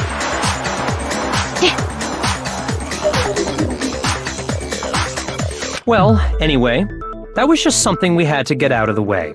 Let's get back to the main subject. Yeah, the subject of how Robo-Justice didn't do it. Because if it's not a killer robot, then what kind of robot is it? I'm not sure that really matters. I'd be happy to explain why the occupant of the suit couldn't possibly be the killer. If you look back on how the body was transported, it will become immediately obvious.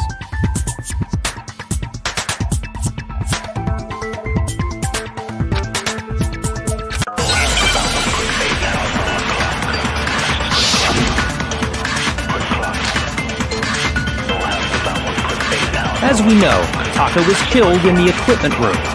And from there, the body was moved to the repository, correct? Yeah, the culprit wrapped the body in the tarp.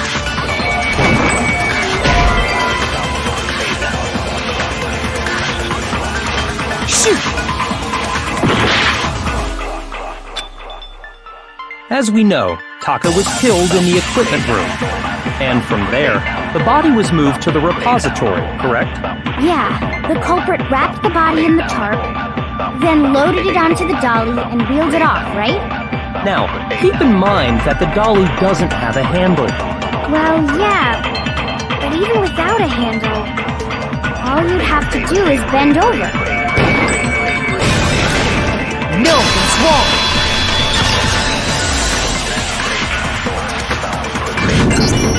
You're absolutely right that you could push a dolly without a handle if you stoop down low. But if you were wearing that suit, do you think you could actually get into a position like that? What do you mean? Think back to what you said when we were all checking out the suit together, remember?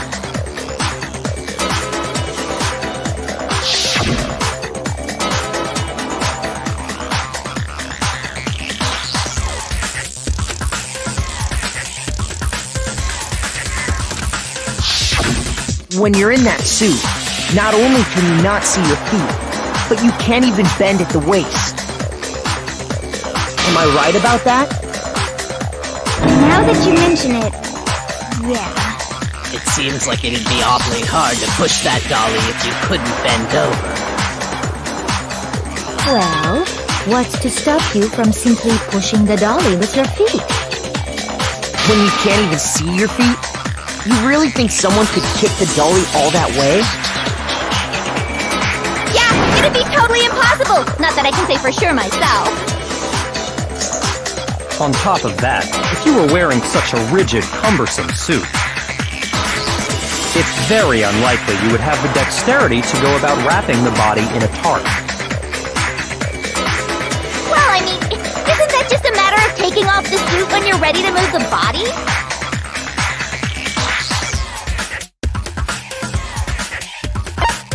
I got it!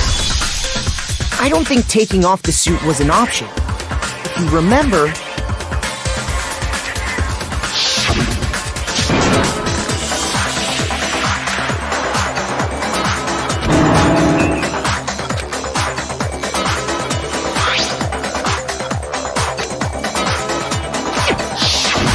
That's true. It seems impossible to put the suit on or take it off without help. Then, you really can't take it off by yourself? Hiro wasn't just making it up? Of course I wasn't making it up. If he could have gotten it off by himself, I don't think he would have let us see him wearing it. Showing up in the suit was basically an invitation for everyone to suspect him. Yeah, that's right! So, it's really, really true that Robo-Justice couldn't have moved the dolly? To be clear, whoever did move the body, it couldn't have been Hiro in the robot suit, correct? No, wait. Just a second, if you please. Have you forgotten about the picture that I took? You all got a good look at it, did you not? The image of Hifumi being dragged away by Robo-Justice? If whoever was in that suit is not the culprit, how do you explain that? Besides, do you remember what the now deceased Hifumi said?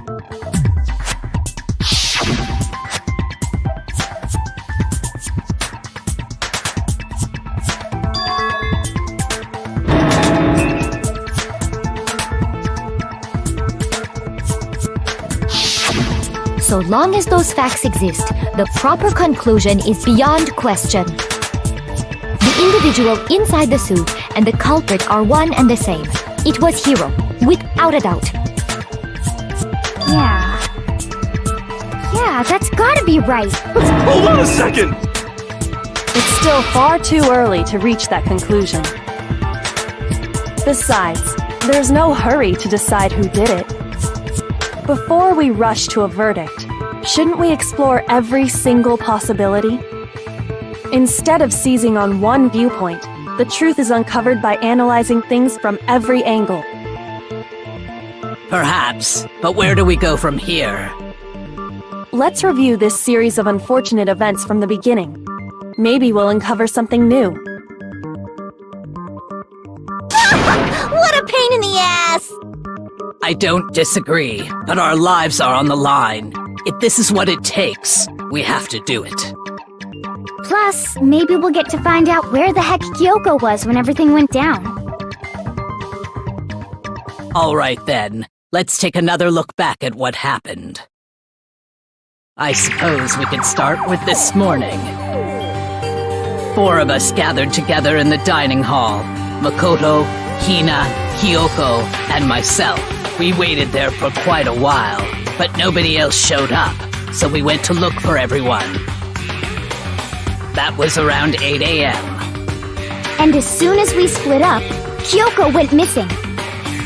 Soon after that, Hina found Celeste in the rec room and quickly came to get Makoto and me. It seems I was unconscious for about an hour after I was attacked by my mystery assailant. I know it was an hour because I remember being attacked a little after 7. That was when we saw Celeste's picture and discovered that her assailant had been wearing a strange costume. As it turns out, it was Robo-Justice. It also soon became clear that this same Robo-Justice had abducted Hifumi. We were soon joined in our search by Byakuya and Toko, and then went on to find Hifumi in the library. He was injured, so we took him to the nurse's office and resumed our search for the suspect. But not long after leaving the nurse's office...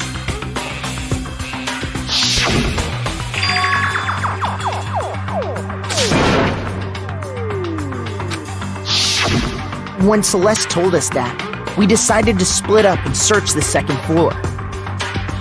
And soon after that, I saw someone moving around on the 3rd floor, and I yelled out to everyone as soon as I did.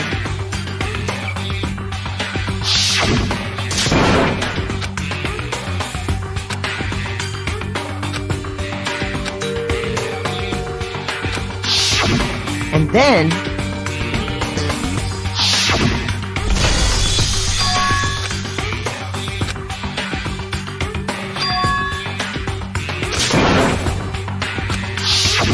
At that point, we decided to divide up into 2 groups. Celeste, Hina, and I went back to the nurse's office, while Sakura, Byakuya, and Toko chased after the suspect. When we got back to the nurse's office, we found Hifumi, dead. And that's when we heard the body discovery announcement. I left Celeste and Hina there and headed back to the 3rd floor to let the others know what had happened. Meanwhile, we had just discovered Taka's body in the equipment room. We must have found both bodies at almost exactly the same time, because we heard the same announcement not long after we discovered his body. And that's when I told you guys about Hifumi. Then the 3 of us headed for the nurse's office. But right after we left the physics lab, we ran into Celeste, who'd arrived after us, and she told us something very surprising.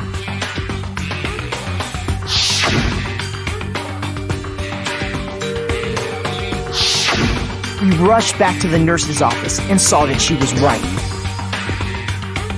Then we remembered we'd left Toko passed out in the equipment room, so we hurried back again.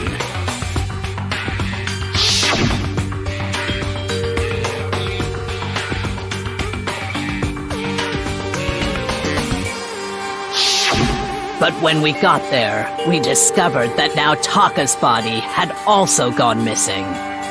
Next thing we knew, we were searching the school for 2 missing dead bodies. And after some time, Celeste informed us that she'd found the bodies, and we all headed to the repository, which is where we rediscovered the corpses.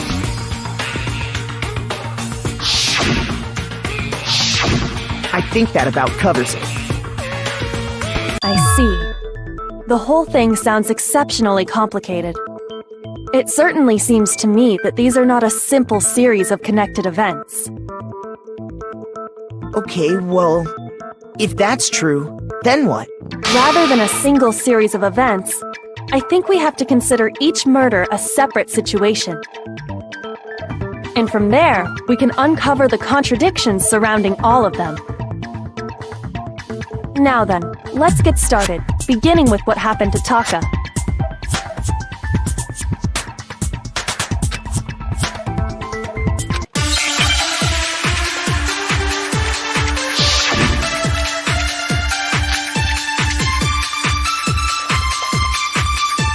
So, regarding Taka's death, I wonder if he died before Hifumi, or perhaps it was after?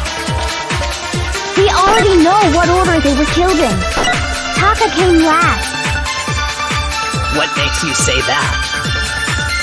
Because of the numbering of the Justice Hammers. It's true that Hifumi was killed with Justice Hammer 3, while Taka's death came from a swing of Justice Hammer 4. See?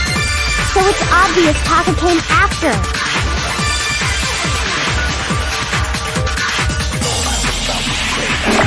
So, regarding Taka's death, I wonder if he died before Hifumi, or perhaps it was after? We already know what order they were killed. No, it's wrong!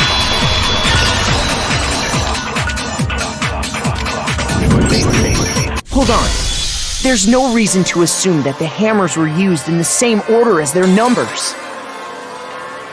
If anything, that's just another way the killer tried to disguise their actions. So you're saying the culprit wanted us to think the hammers were used in order, but in reality, Taka was killed before Hifumi? Okay then, let's see the proof.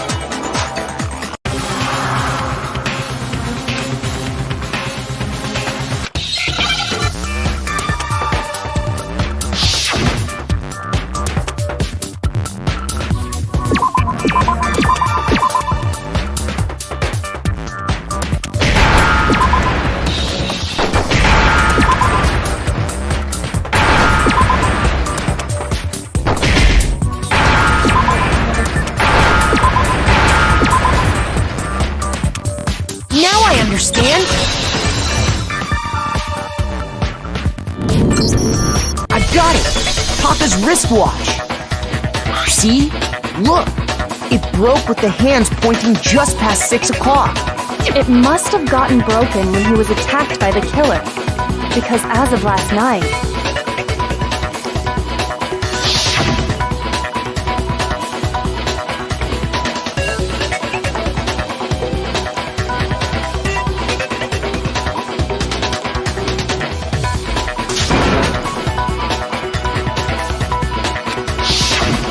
so if it wasn't broken after 6 last night, then he must have been attacked around 6 this morning. And that would be his official time of death. But if that's true, then he was killed well before Hifumi. And before Celeste was attacked this morning, which happened around 7. That's right. Taka was killed before any of the other incidents took place. That simple fact slipped past all of us. We made the wrong assumption about the order of events, all because of those justice hammers. That's exactly why the culprit wrote the numbers on each hammer and had them increase in size. That way, when we saw how they were used in each incident, we'd easily make that wrong assumption. Now, if Taka was killed around 6, then everyone's alibis for his murder go out the window. Because when he was killed, we hadn't met up in the dining hall yet. That may be true in the case of Taka's murder. But all of our alibis still hold true for Hifumi's death. That's right. With him, at least, we're all safe.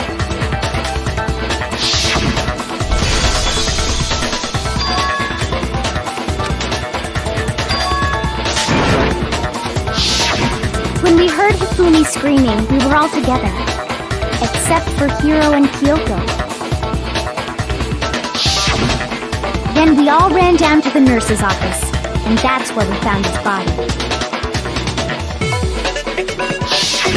That's totally true! We're all in the clear!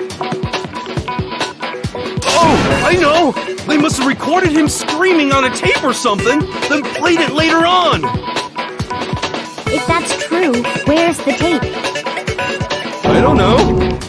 Don't just go making stuff up! Anyway, we all have rock-solid alibis for when we heard Hifumi scream.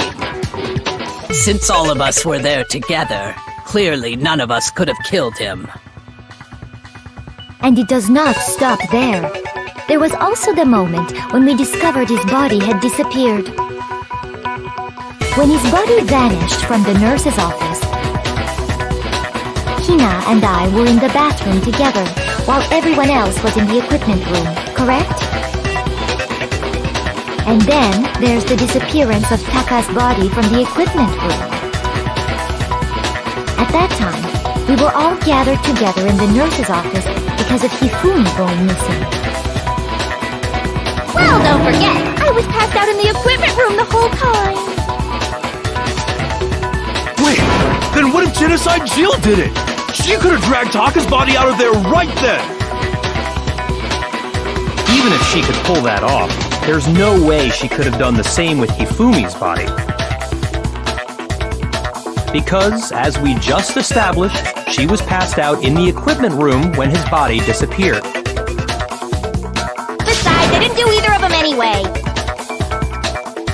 In other words, it is impossible that any of us could have killed Hifumi or moved either of their bodies. On the other hand, Hiro and Kyoko had disappeared, so they most certainly could have done those things. So what now, Kyoko?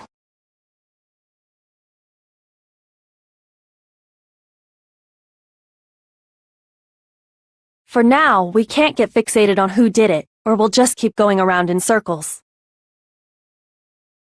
So instead of who, I propose we start talking about how.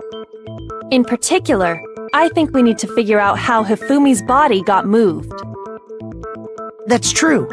We searched everywhere, but we couldn't figure out how to explain his body disappearing.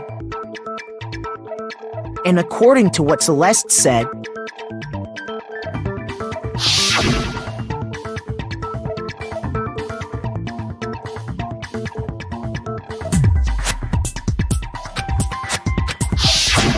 his body apparently disappeared in the 1 minute her and Hina took their eyes off of it. But to carry that much weight from the first floor up to the third in that short amount of time? Oh man, yeah! There's no way! It'd be impossible! Well, what if I told you there was a way to make the impossible possible? What? How?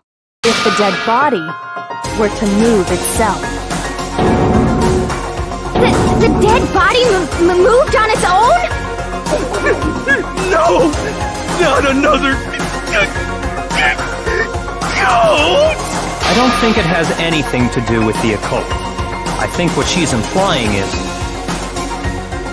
we thought Hifumi was dead, but perhaps in reality he was still alive. He was alive? Are you saying Hifumi wasn't carried out of the nurse's office, but simply walked out on his own? But I mean, we found his body. He was dead. Perhaps he was simply playing dead. That it isn't possible.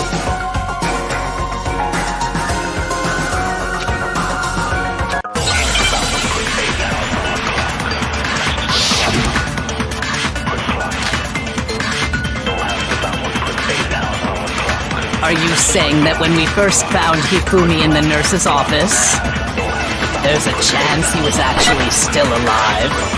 No, it is impossible. Hifumi was dead, without a doubt. And you know that how? Surely you heard the body discovery announcement along with the rest of us. Hifumi's dead body had been found. And that is why the announcement was made. Are we really so sure about that? Maybe the announcement was intended to signal someone else's discovery.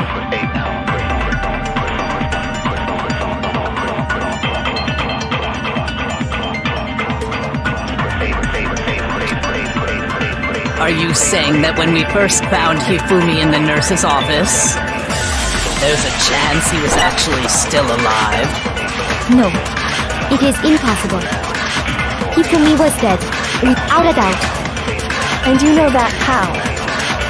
Surely you heard the body discovery announcement along with the rest of us. Hifumi's dead body had been found. And that is why the announcement was made. Are we really so sure about that? Maybe the announcement was intended to signal someone else's discovery.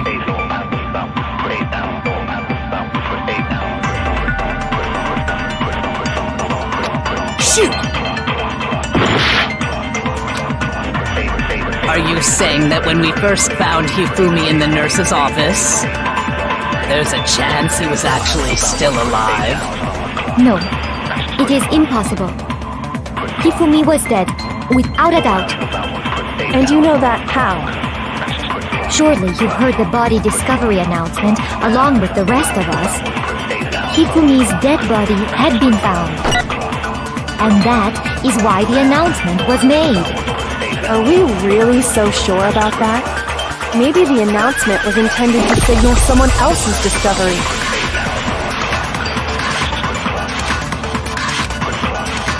Are you saying that when we first found Hifumi in the nurse's office, there's a chance he was actually still alive? No, it is impossible. Hifumi was dead, without a doubt. And you know that how? Surely you heard the body discovery announcement along with the rest of us. Hifumi's dead body had been found. No, it's wrong!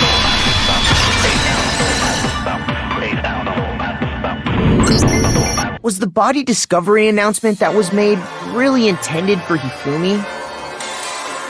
Of course it was. The announcement played right after we discovered his body. Maybe. But that was also the same time that Taka's body was found. That's right.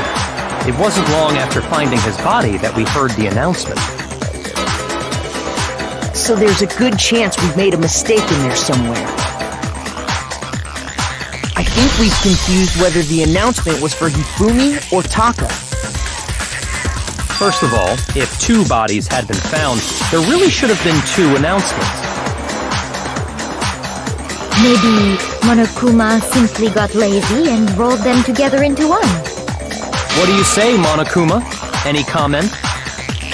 Well, it's a very sensitive issue, so I can't go into too much detail. But what I can say about the body discovery announcement is that it's only broadcast when 3 or more people find a dead body for the first time. That didn't answer our question, man. We're asking if you're a lazy bum. No, actually, that was plenty. He said it's only broadcast when a body is discovered for the first time, which means even if we find the same body again later, he won't make the announcement again. If that's true, then why was the announcement made again later on? Huh? Later on? Exactly. We heard the body discovery announcement twice.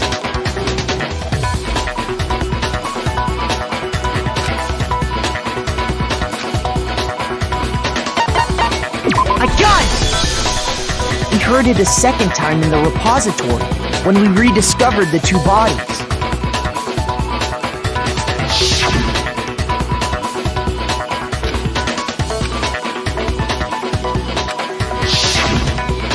seem weird at the time, but it contradicts what Monokuma just told us, doesn't it? Exactly. If we were actually rediscovering both bodies, the announcement shouldn't have played. And in reality, when the two dead bodies were rediscovered, one of them was actually being discovered for the first time. So, when we found Hifumi the first time in the nurse's office, he wasn't actually dead yet. Meaning, he wasn't actually found dead until we came upon him in the repository. And that's just part of it. There's one other thing that leads me to believe he was still alive in the nurse's office. Oh, I know! Because he was super good at playing dead! Bada bing, bada boom! That is the worst logic I have ever heard. But honestly, I do not think there's anything that can prove he was still alive. Okay then, let's take another look at the events surrounding the discovery of his body. Then it should become clear whether he was really alive or not. This whole thing is pointless.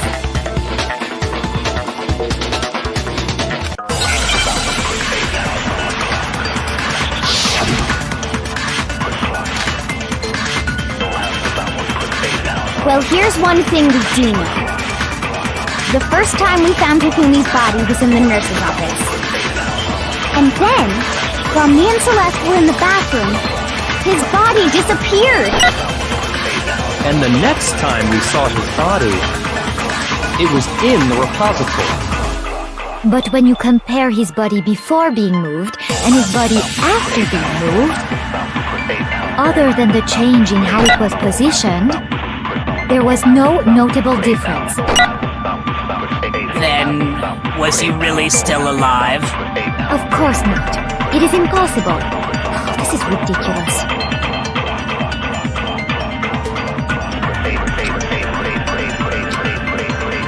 Well, here's one thing we do know. The first time we found Hifumi's body, then his body And the next time it was in. But when you compare his body to Other than the change in how it was positioned, there was no notable difference. No, that's wrong!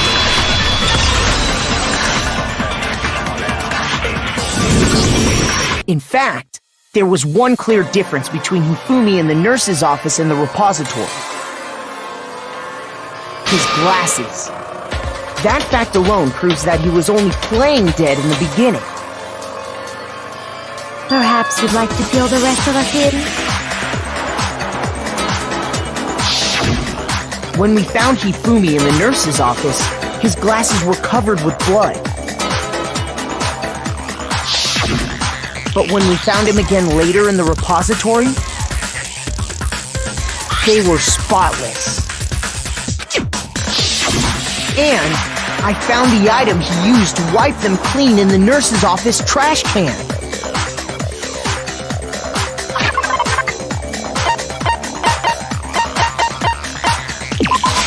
I got it!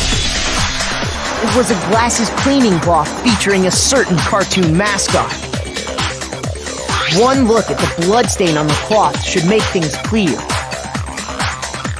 This piece of cloth was used to wipe Hifumi's glasses clean. And the mascot on the cloth is the same one that's on the digital camera, right? And whose digital camera was it? Hifumi's, of course. the character was Princess Piggles from Demon Angel Pretty Pudgy Princess, I think. I highly doubt anyone but Hifumi would have brought something like this to school. I see your point. And the only people here who wear glasses are... I wouldn't be caught dead using a tacky piece of garbage like that. A few tissues is all I need to keep my glasses clean.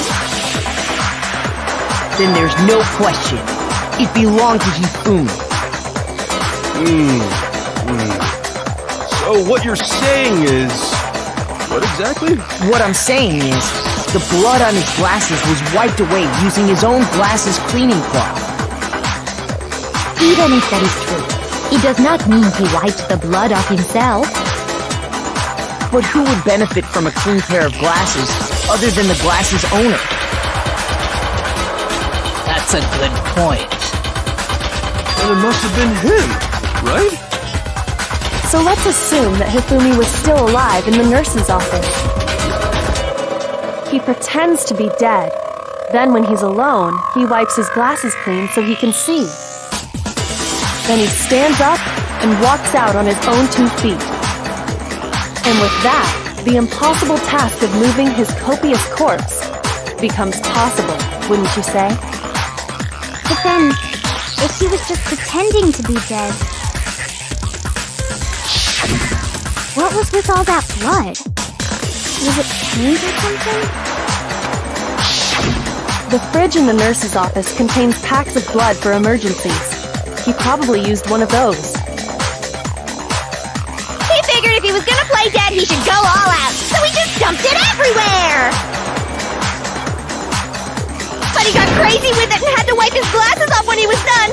God, what an idiot! And if Hifumi was still alive at that point, the disappearance of Taka's body is easily explained. It should be perfectly obvious who must have moved Taka's corpse.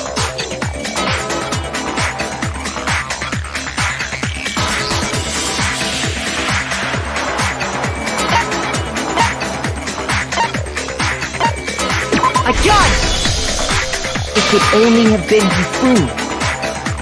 While we were all gathered in the nurse's office, he went to the equipment room and took Taka's body. That also explains how the door to the repository got locked. The door was locked? Well, after the bodies disappeared, we all went looking for them, right? So me and Sakura headed for the repository. But when we got there, the door was locked. And the repository door can only be locked from the inside. Which means, when Hina and Sakura got to the repository, someone was already inside. And it could only have been Hifumi, who just finished stashing Taka's body there. He convinced us all he was dead, and when he saw his chance, he dragged Taka's body to the repository.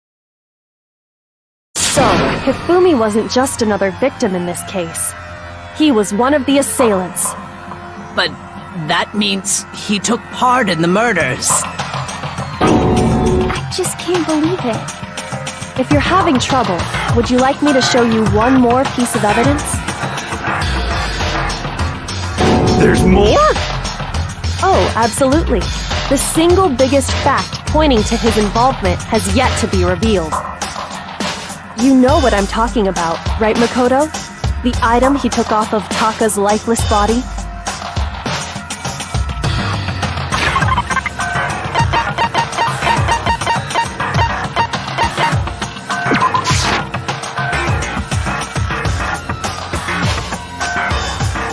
Shoot!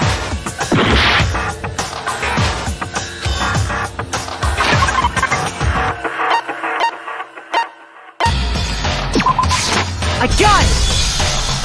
You're talking about the note Hifumi had hidden away, aren't you? Hidden note? That's right. We found it stuffed in his pants. What? In his pants? Yes, his pants. Okay, well, forget about the pants for now. Take a look at what the note says.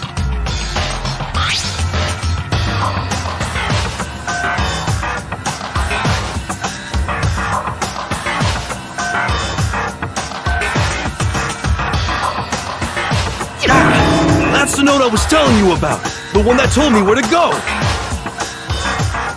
Huh? Wait, this one's a little different. In my note it said, Monokuma can't find out, so don't tell anyone else for now. Let's meet in the rec room at 1 a.m. I see. Then this note isn't the same one Hiro got. It's not the same? In other words, the killer got in touch with another person besides Hiro. And that person could only have been... I got it! That's right! Taka! The killer used this note to draw out Taka and murder him. Hello? Over here! Objection! Objection! I don't really understand what's going on, but Hifumi had that letter, right? So whoever wrote it wasn't drawing out TikTok, they were drawing out Huffy! Just to be clear, TikTok is Taka and Huffy is Hifumi, right? Ugh! Yes! Why must you ruin it every time?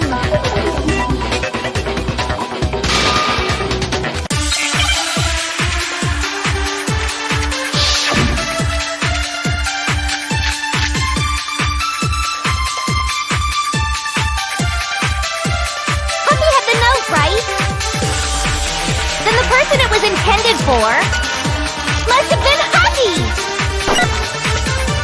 But remember what the note said. What time did it say to meet? 6 a.m., I believe. The time doesn't matter! The note has nothing to do with TikTok! No, it's wrong!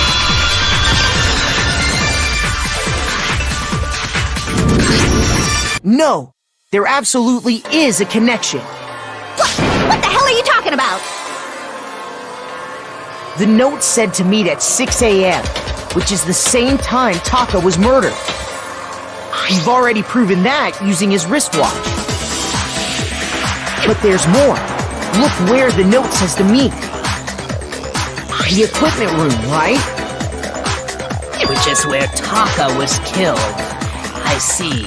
So, Taka was murdered at both the time and place written in the note. I think that should be plenty to show that this note was definitely meant for Taka. Well, when you put it like that... No further objections! Then someone used that note to trick Taka.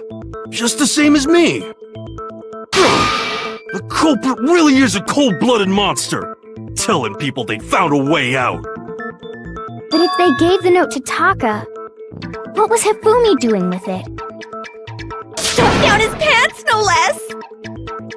Most likely, Hifumi stole it off Taka's corpse after he died.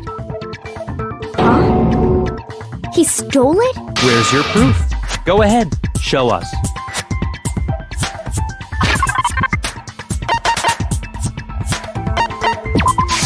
I got it! When I searched Taka's body, I saw that his lifeless hand was gripping a small scrap of paper.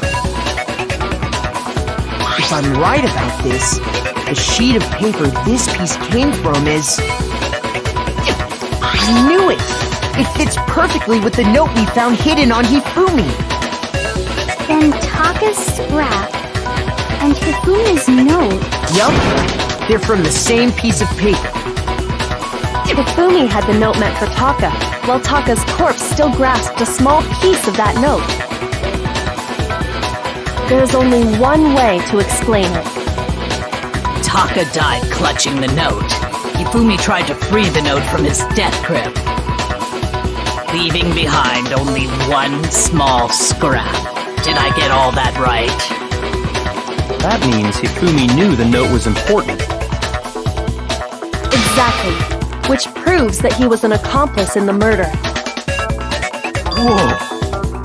Yeah. After seeing all this, Hifumi was super involved in this whole thing for sure. In fact, he was behind the whole thing. In fact, he's still alive! Sorry, no. When we found him in the repository, Hifumi was truly and completely dead. The second body discovery announcement proves that. So then, who killed Hifumi? Whoever did is the mastermind, the true killer.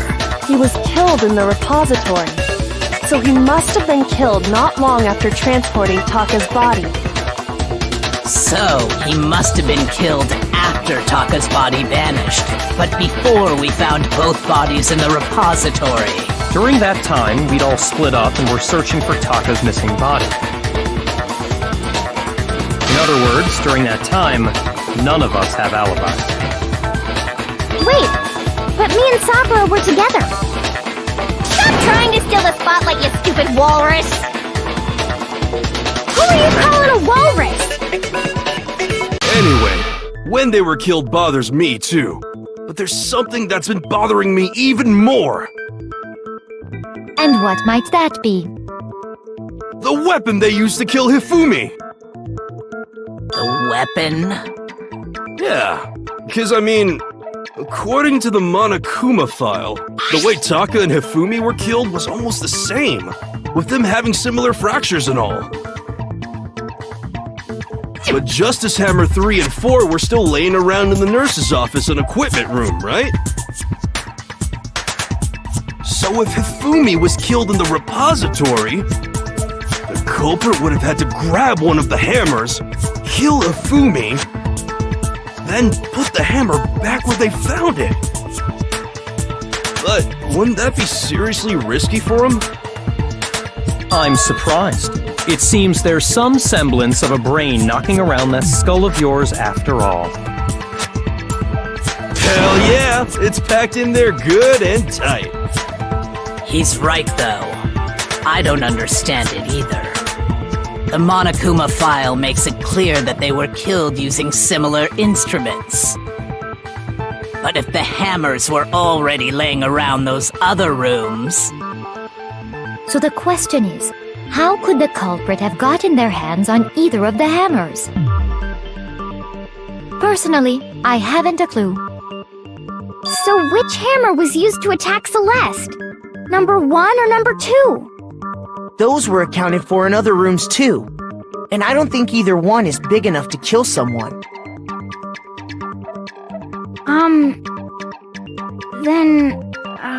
Is it not possible they used a different weapon? I don't think it is possible. They were both killed with the same kind of thing, right? So then, what was used to kill Hifumi?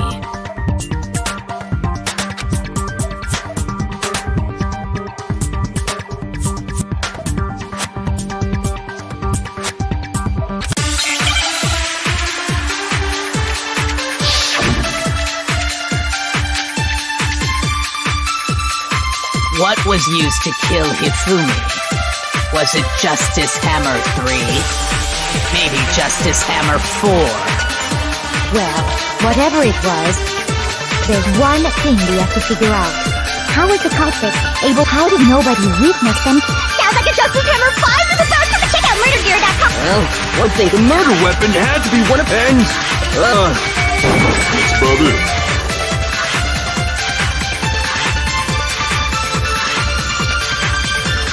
What was used? Was it maybe Justice? Well, there's one. How was the culprit? How did nobody...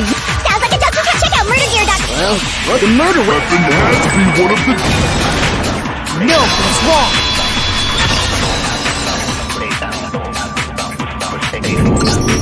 The murder weapon wasn't a Justice Hammer at all. No, it was something completely different. But, seriously? A different weapon?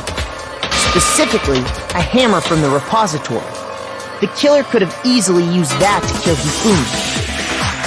Now, all the hammers in the repository were covered in flecks of grit and debris. But for some reason, one of them had been scrubbed clean. Huh? And the reason it had been scrubbed clean was most likely because it was used to commit murder. If the hammer got covered in Hifumi's blood, of course they'd have to clean it off. I'd also like to point out that the repository has all kinds of hammers. Big ones, small ones, and even some flat mallet-like ones. I think whoever made the Justice Hammers used those as a basis for their design. If that's true, that would explain the Monokuma file's note about the wounds being similar. So Hifumi moved Taka's body to the repository, where someone then used a hammer to kill him. Whoever did that is the true killer. The one Hifumi was working with. And the one who betrayed him. Hold on a moment. I still think it's strange to assume someone was working together with him. The way the graduation rule works, there is no benefit to helping someone else carry out a murder. So the idea that anyone would work together like that is simply ludicrous. We talked about this, did we not?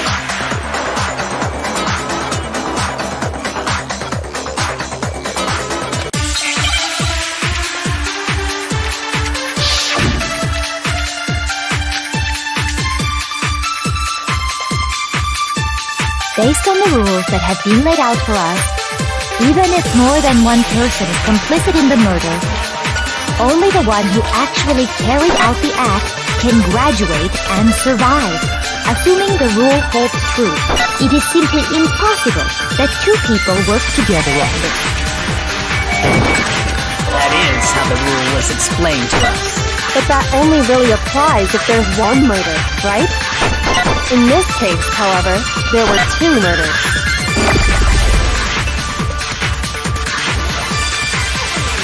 Based on the rules, even if more than one, only the one who actually cares. Assuming the rule holds true. No, it's wrong!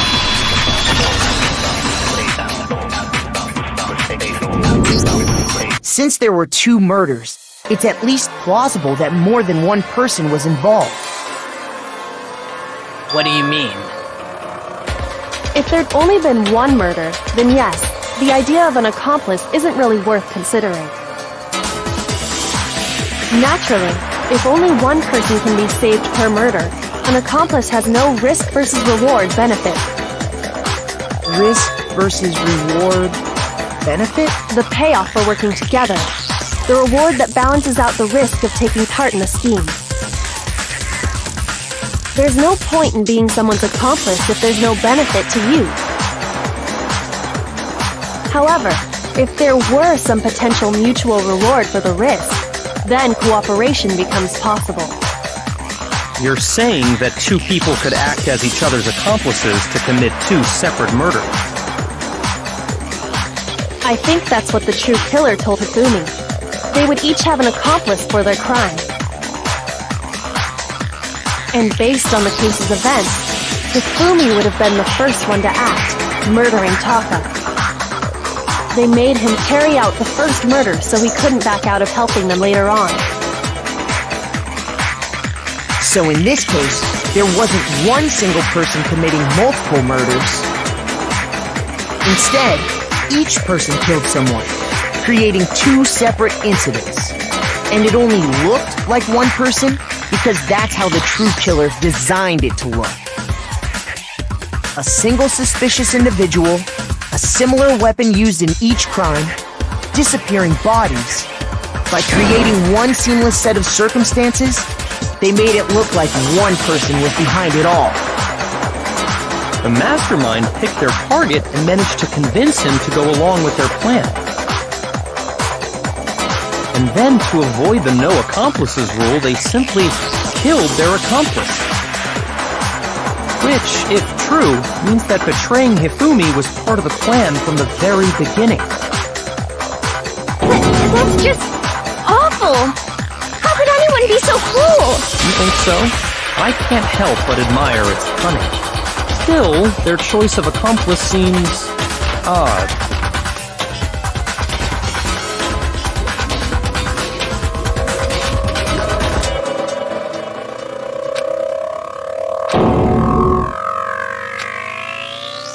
I understand how an accomplice could be involved, but then who was the one pulling Hifumi's strings? That's problem numero uno right now!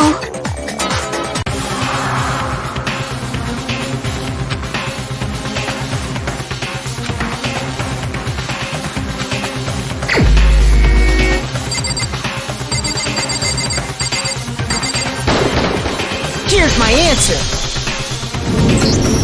It was Celeste. Ah, so I'm the suspicious individual now, am I? I really do hate this kind of joke. A joke? I wonder.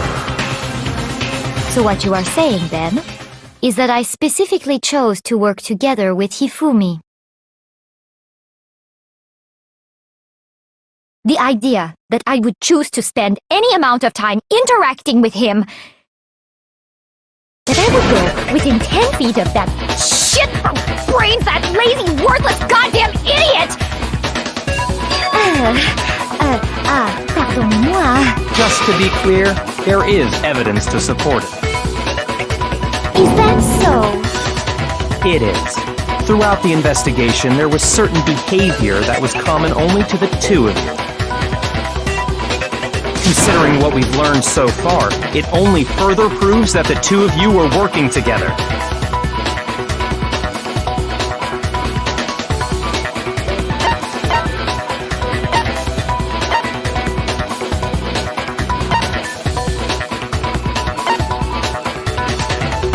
I got it! The behavior they had in common has to do with the suspicious individual in the suit, doesn't it? The only ones who ever actually saw Robo-Justice firsthand were Celeste and Hifumi. Shush, the adults are talking now. Sorry. As he said, only Celeste and Hifumi ever laid eyes on the costumed individual.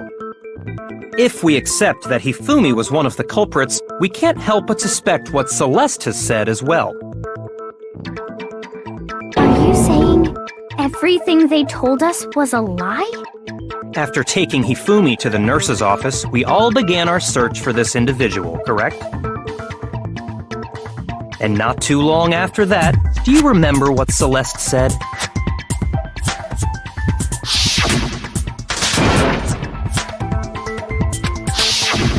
We headed to the second floor specifically because of what she claimed to have seen. Next, to draw us all to the physics lab up on the third floor, She let out a blood-curdling scream. and when we'd all come to see what was wrong, what was it she said?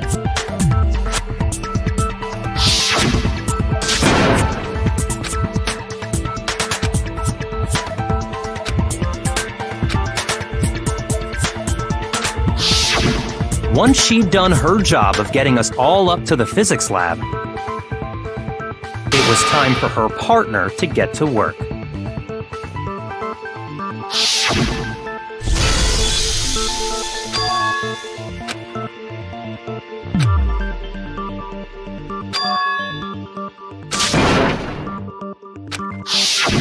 It was to get us to divide into two groups, so that we would discover both bodies at the same time? In fact, Celeste was precisely the one who proposed that we split up.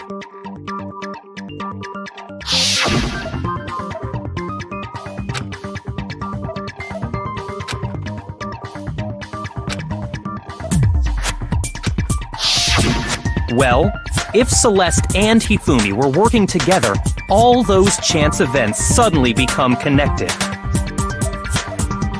And on top of that, that piercing cry of yours early on.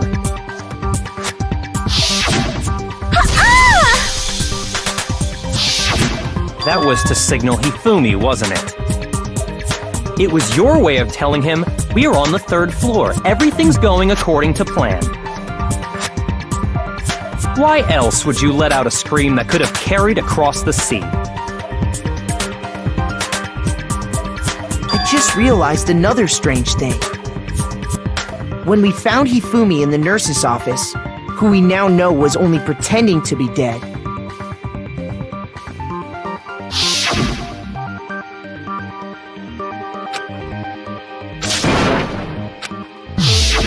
Celeste, you were the first one to say he'd been murdered.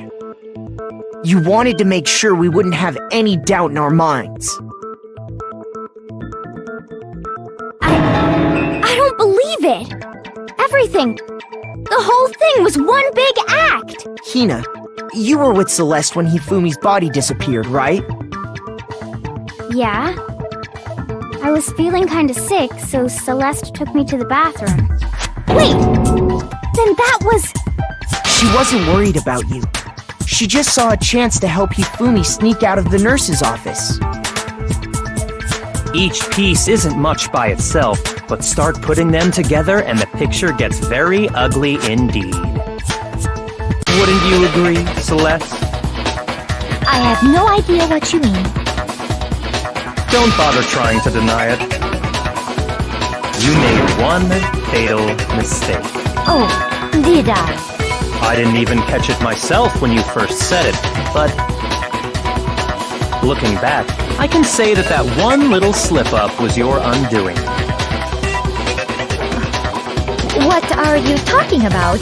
I'm talking about what you said after Hifumi's body disappeared and we returned to the nurse's office.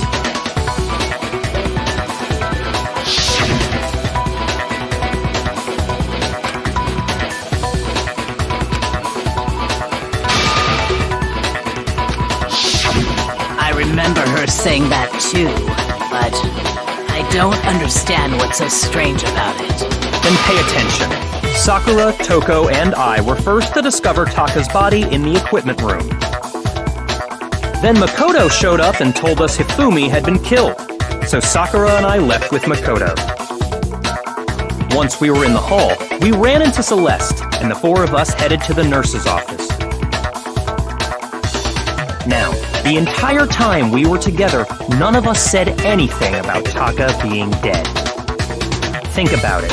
Celeste's comment doesn't make sense. It was completely out of place. Yeah, I see what you're talking about. Although I don't really get what it means. You hear that, Celeste? Everyone's having some trouble understanding. Could you repeat what you said? If you're really not the culprit, you shouldn't have any problem repeating it, right?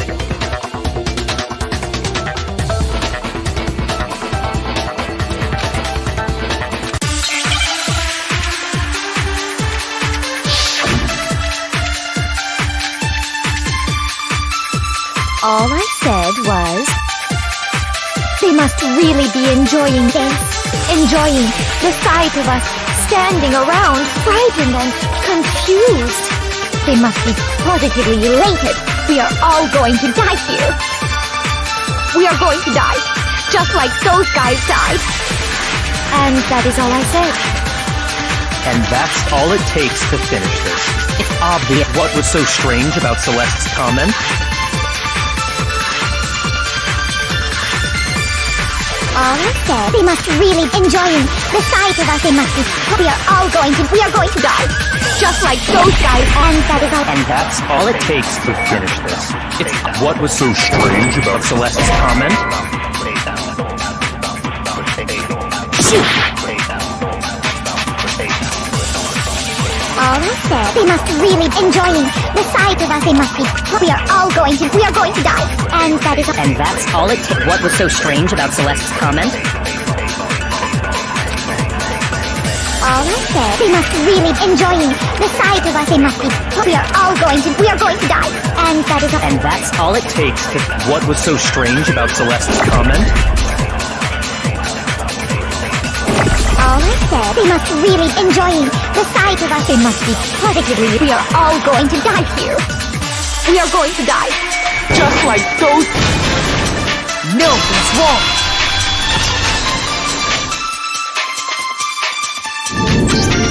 That's right. There's no reason Celeste should have said, just like those guys died. When she said that, none of us had told her Taka was dead. Exactly. And we didn't run into her until after we were all out in the hall. So there was never any chance for her to have seen his body in the equipment room for herself. So how did you know, Celeste? How did you know more than one person had been killed? And how did you know they were both guys? Because Kyoko had also disappeared, right? So she could have been dead too. You all have such vivid imaginations. You know that? Imaginations? You claim that I was lying when I told you about the suspicious person I saw. Then what about the picture I took? How do you explain this picture of the costumed villain dragging Hifumi away? It has to be some kind of setup, right? So let's put the suit on, and then she used the camera's timer to set up the picture. Have you so quickly forgotten? You are the only one who could have possibly fit into that suit. Plus, I happen to know that this particular camera does not have a timer. In other words, it is an unassailable fact that this is a picture of Hifumi being dragged away. If everything I told you was a lie, how can this picture exist? Simple. Are we sure that's really a picture of the suspect dragging Hifumi away? What could you possibly mean by that? Surely there are other explanations than the one you've offered up. No, there is no other explanation.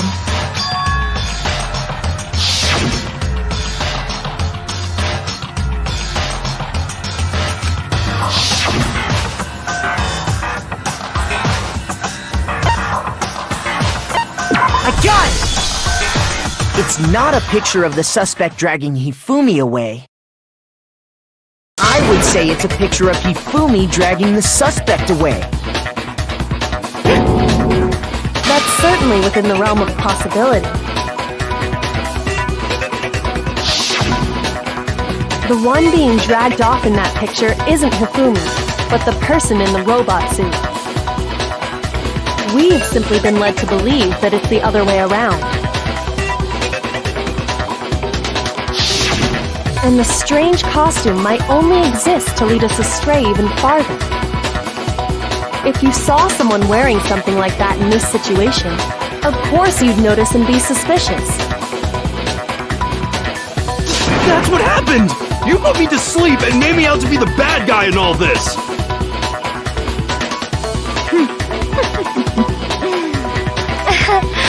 Such a thing is utterly impossible. Hifumi was dragging him away? Ridiculous. Is it? I don't think it's ridiculous at all. Then shut your mouth and allow me to educate you.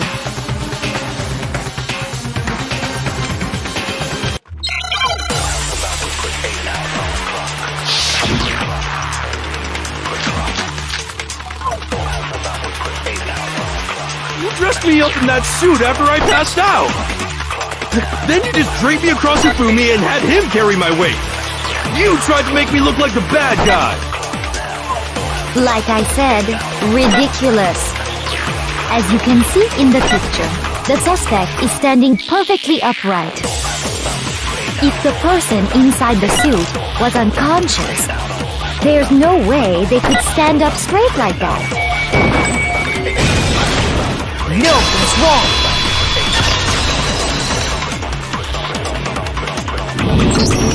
No. Even if the person inside the suit were unconscious, they could still stand up like that. Because that Robo-Justice suit had a certain characteristic.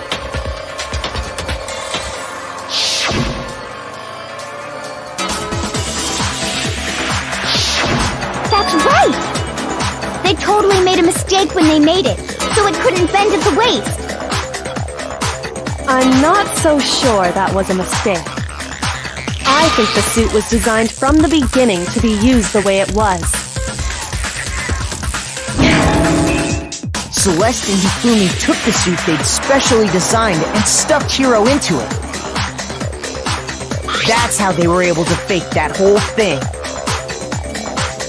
The point of it all was to make us believe whoever was in the suit was to blame.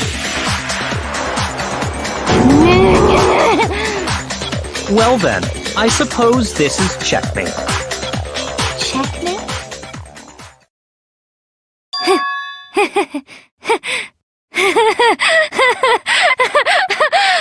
Don't make me laugh, you idiot! What do you mean, checkmate?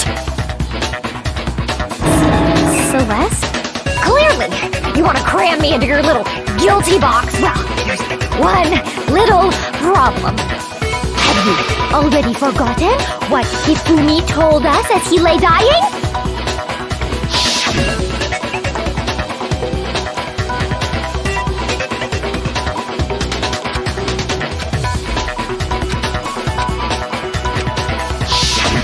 When we asked him who had attacked him, his answer was quite clear, was it not? He said, and I quote, "Yasuhiro." In other words, Yasuhiro Hakakure! Wait, but my name isn't really Yasuhiro.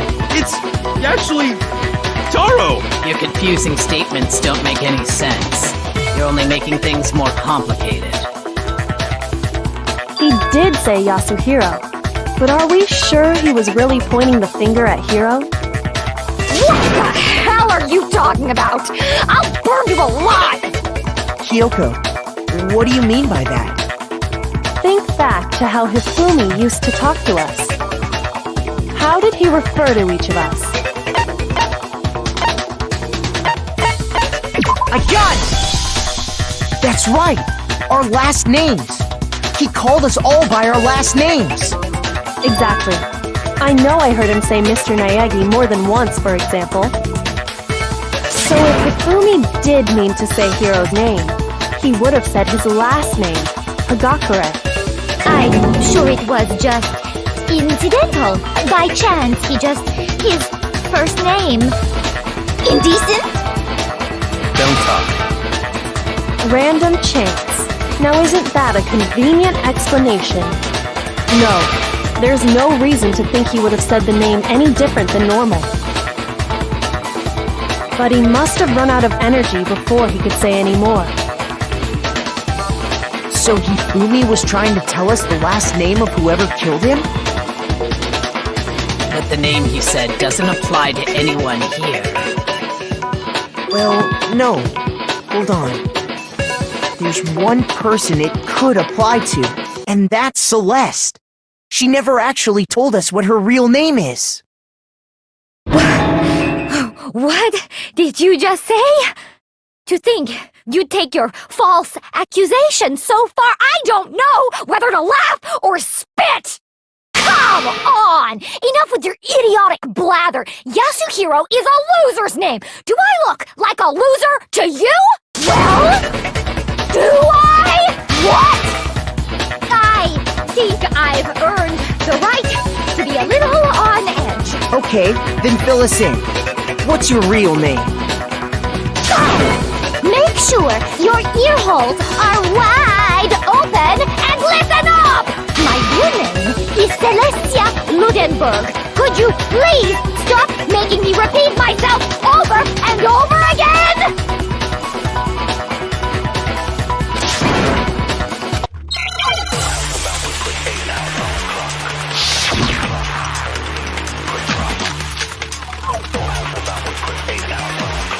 Hifumi was trying to tell us something.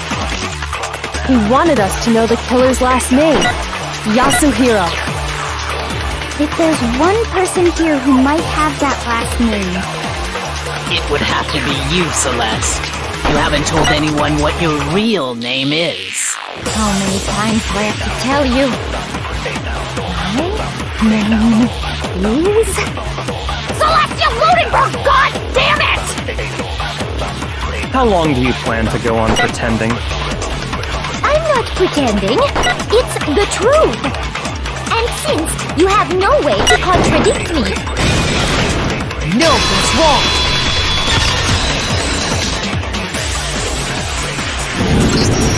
That's it! The handbook! What? Anytime you turn your handbook on, it shows the owner's name when it boots up, right? Monokuma told us all about it before.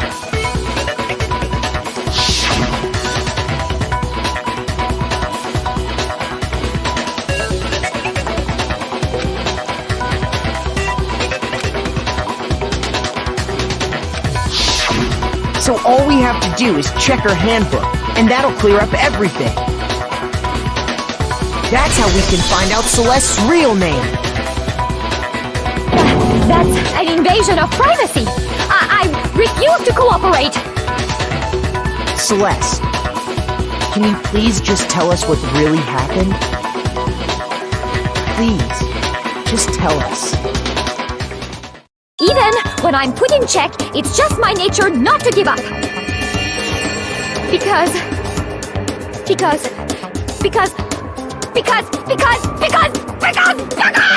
until the game's over, you never know what might happen. Fine then. Let me settle it. let me go over the case again, from the beginning, and shed light on all your crimes. And that'll bring everything to an end.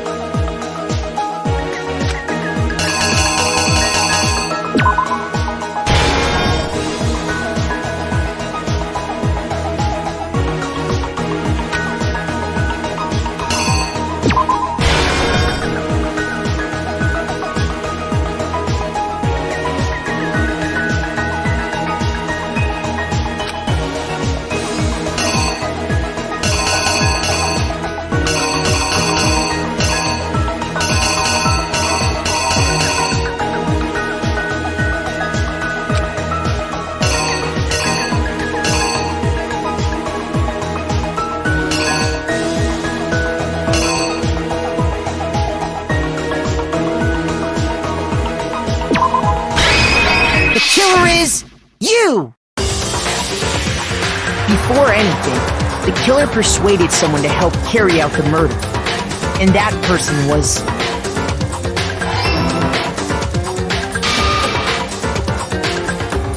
Hifumi. With an accomplice, the killer was able to execute a number of otherwise impossible schemes.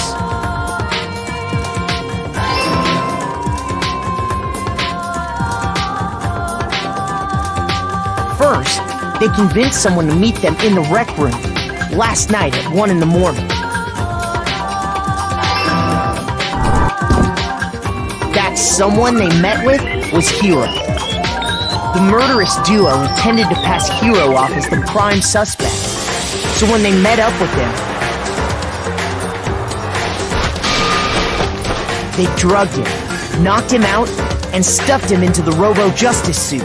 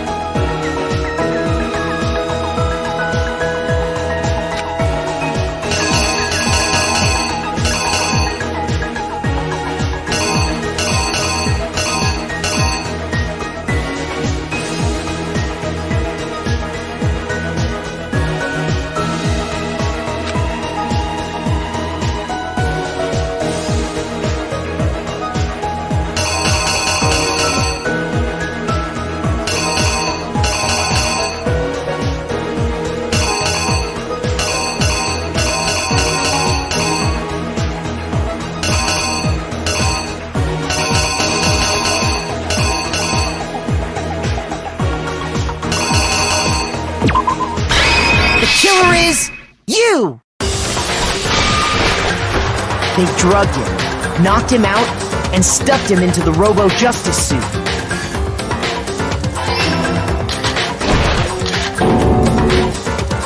Next, Hifumi positioned himself to make it look like Robo-Justice was attacking him, while the killer used a digital camera to take pictures of the assault. They did all this just to create evidence that would put the suspicion on Hiro. When they were done with him, they shoved him, still unconscious, into the pool room locker.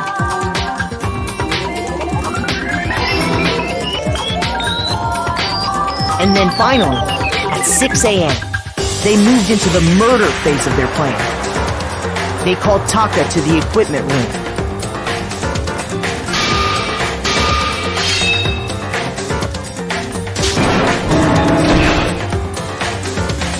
And that's where Hifumi killed him, making it the scene of the first murder.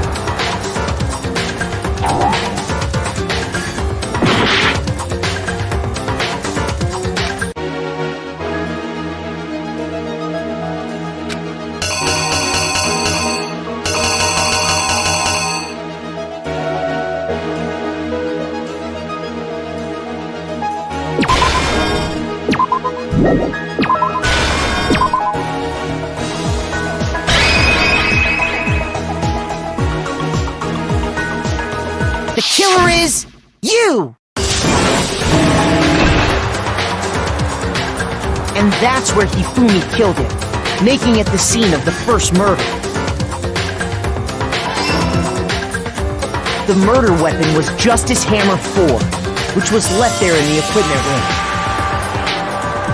The reason Hammer number 4 was used was to create confusion about the order of the crimes. So, next they falsified 2 more assault incidents.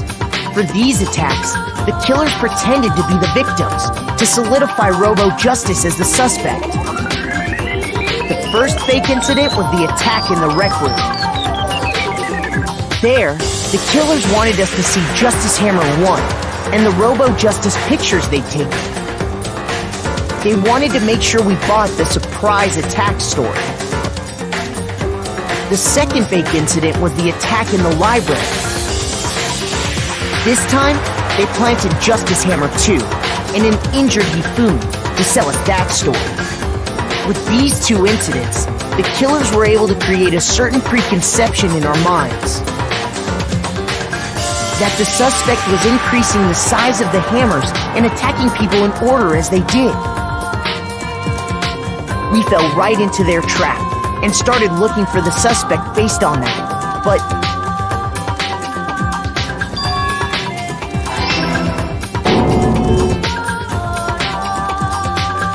while we did that, we left Hifumi alone in the nurse's office. This was exactly what Hifumi was hoping for.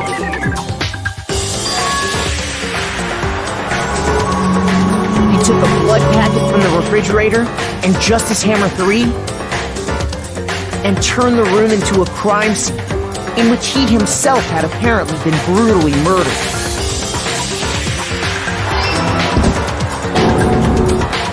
He let out a scream to draw us back, and when we returned, that's what we found. Meanwhile, the other group that had been out searching found Taka's body at the same time. So when we heard the body discovery announcement, we naturally assumed it was for Hifumi. We left the nurse's office, and Hifumi once again took advantage of the situation. He simply got up and made his escape. When we learned his body had disappeared, we all rushed back to the nurse's office. And once again, Hifumi had the chance he was waiting for. This time, he snuck into the equipment room.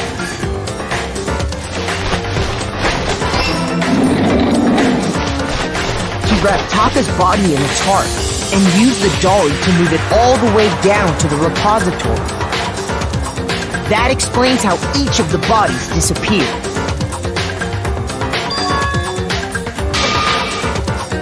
But even Hifumi didn't know what the true killer had in mind for their final act.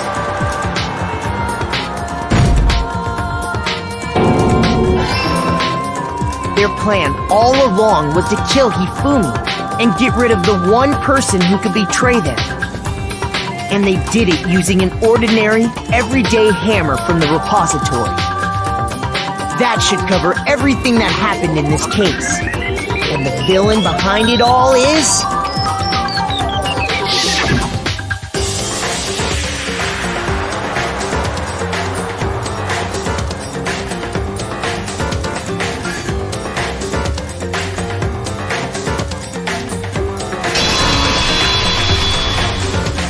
Celeste! Sorry, you lose. I lost? When was the last time I was forced to utter such words? They hang heavy around my neck. Then you admit it? You're the killer? Listen to you, trying to take charge, as if you're my private instructor. I, Celestia Ludenberg. Actually, no, Taiko Yasuhiro is fine. Taiko? So, you finally accepted it. I'm the kind of person, once I've lost, I don't like things to drag on. Interesting.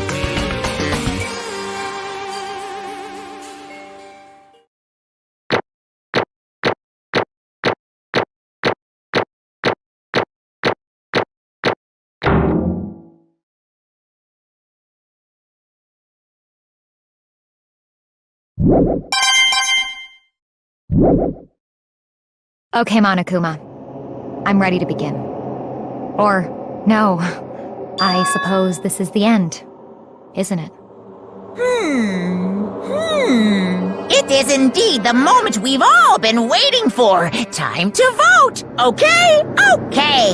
If you would, please locate your lever and cast your vote. And when the votes are tallied, who will become the blackened? Will you make the right choice or the dreadfully wrong one? What's it gonna be? What's it gonna be?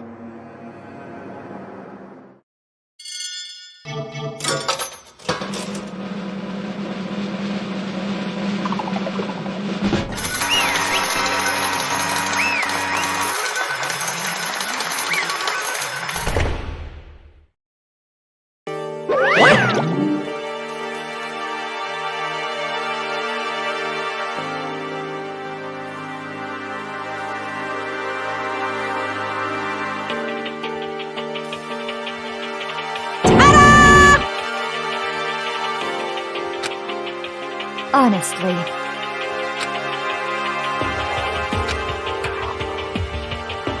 I knew it.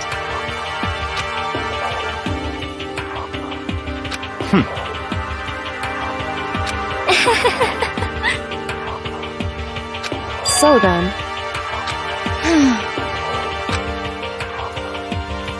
Indeed.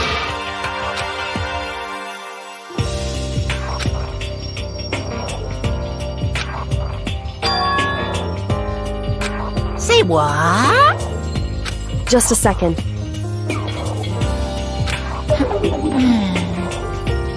In other words...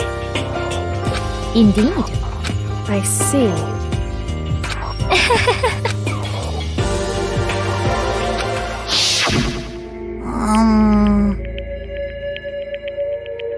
Actually... What? Are you okay with this? So then...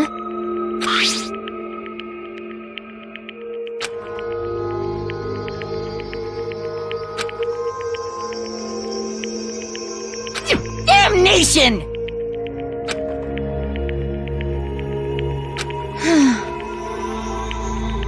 Say what?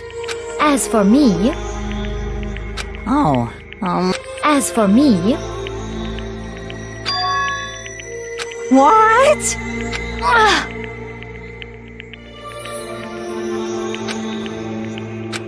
explanation! Say what?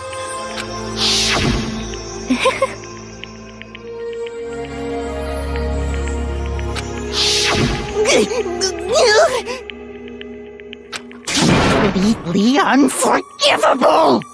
Most unfortunate. Actually,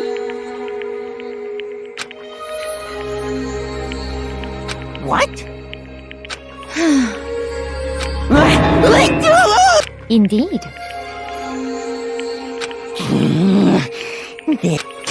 Completely unforgivable! Honestly. I swear I will! Actually,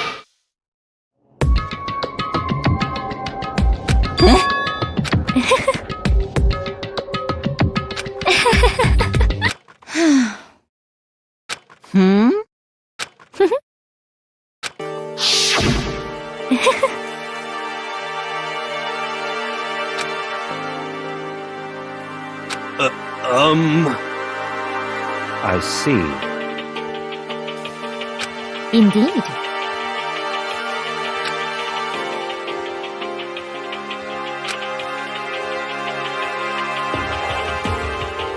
But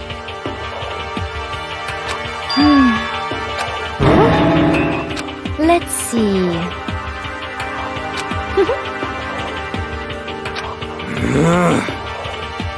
Well,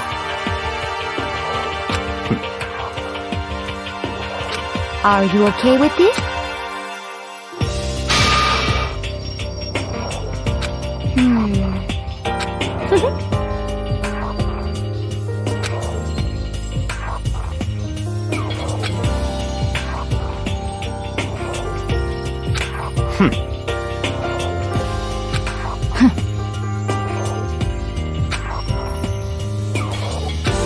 so in the end,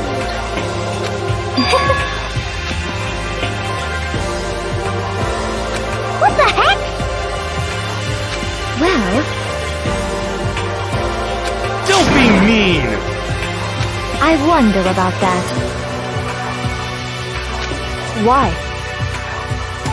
What the heck?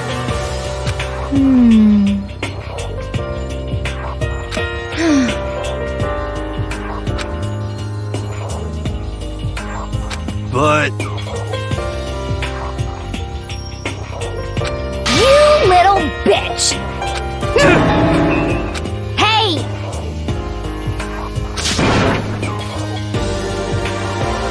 You little bitch!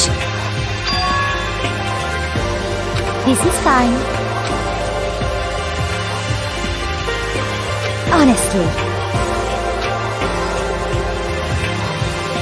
As for me, isn't it wonderful?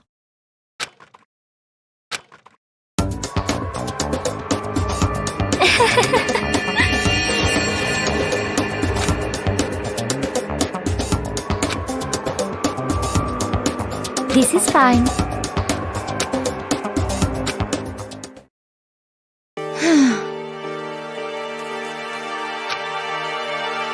There is nothing to be done. Just the worst. Oh! Do you understand? What is this?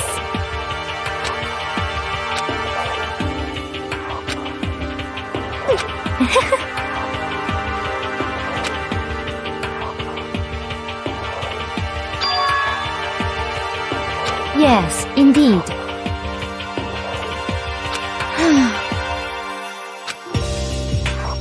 Isn't it wonderful? hey,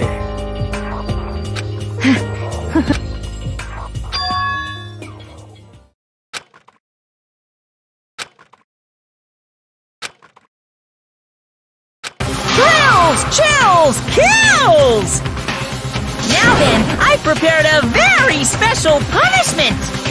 Let's give it everything we've got! I guess I'll let Kyoko hold on to this. What?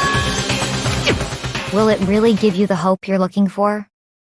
I can't say I ever saw it that way. Which is why... Actually, it's not important. Well then, take care, everyone. Perhaps we'll meet again. In another life.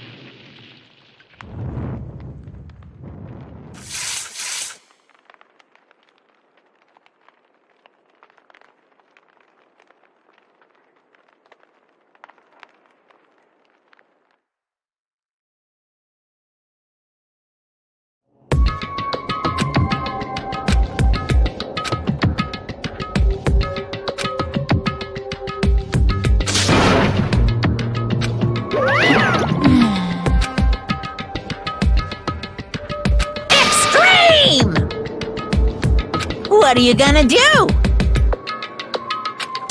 Let me out of here! Too bad.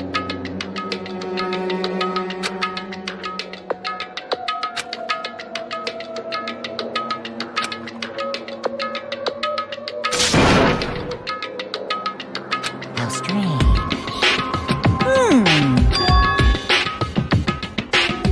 Hey!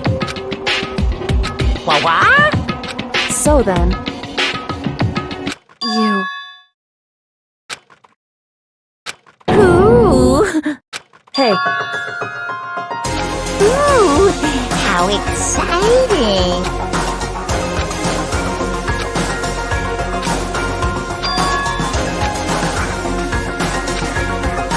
Hello. Well? See ya later!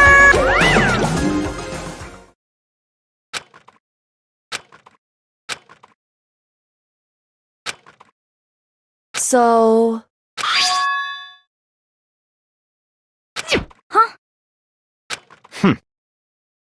Hey, Indeed.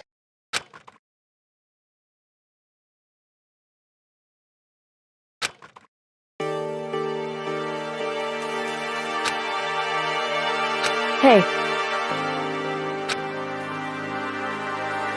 What? so... Come on.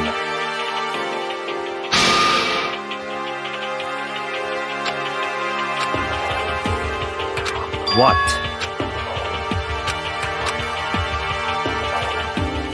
Goodbye. well then. Yo!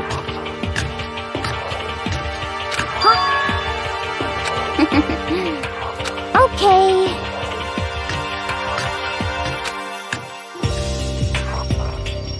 Shall we go?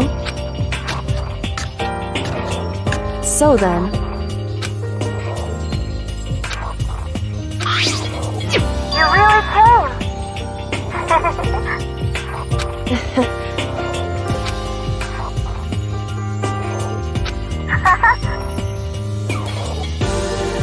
So...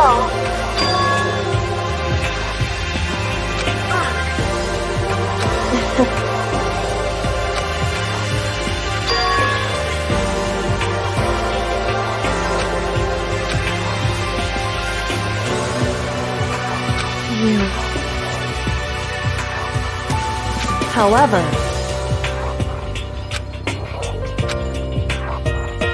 what?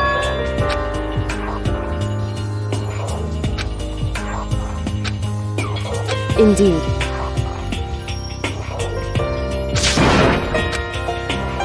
What?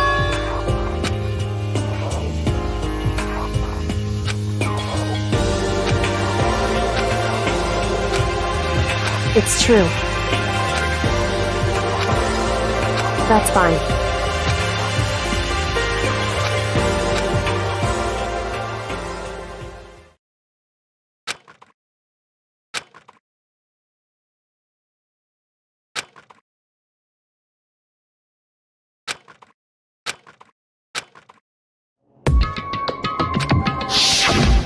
Correct.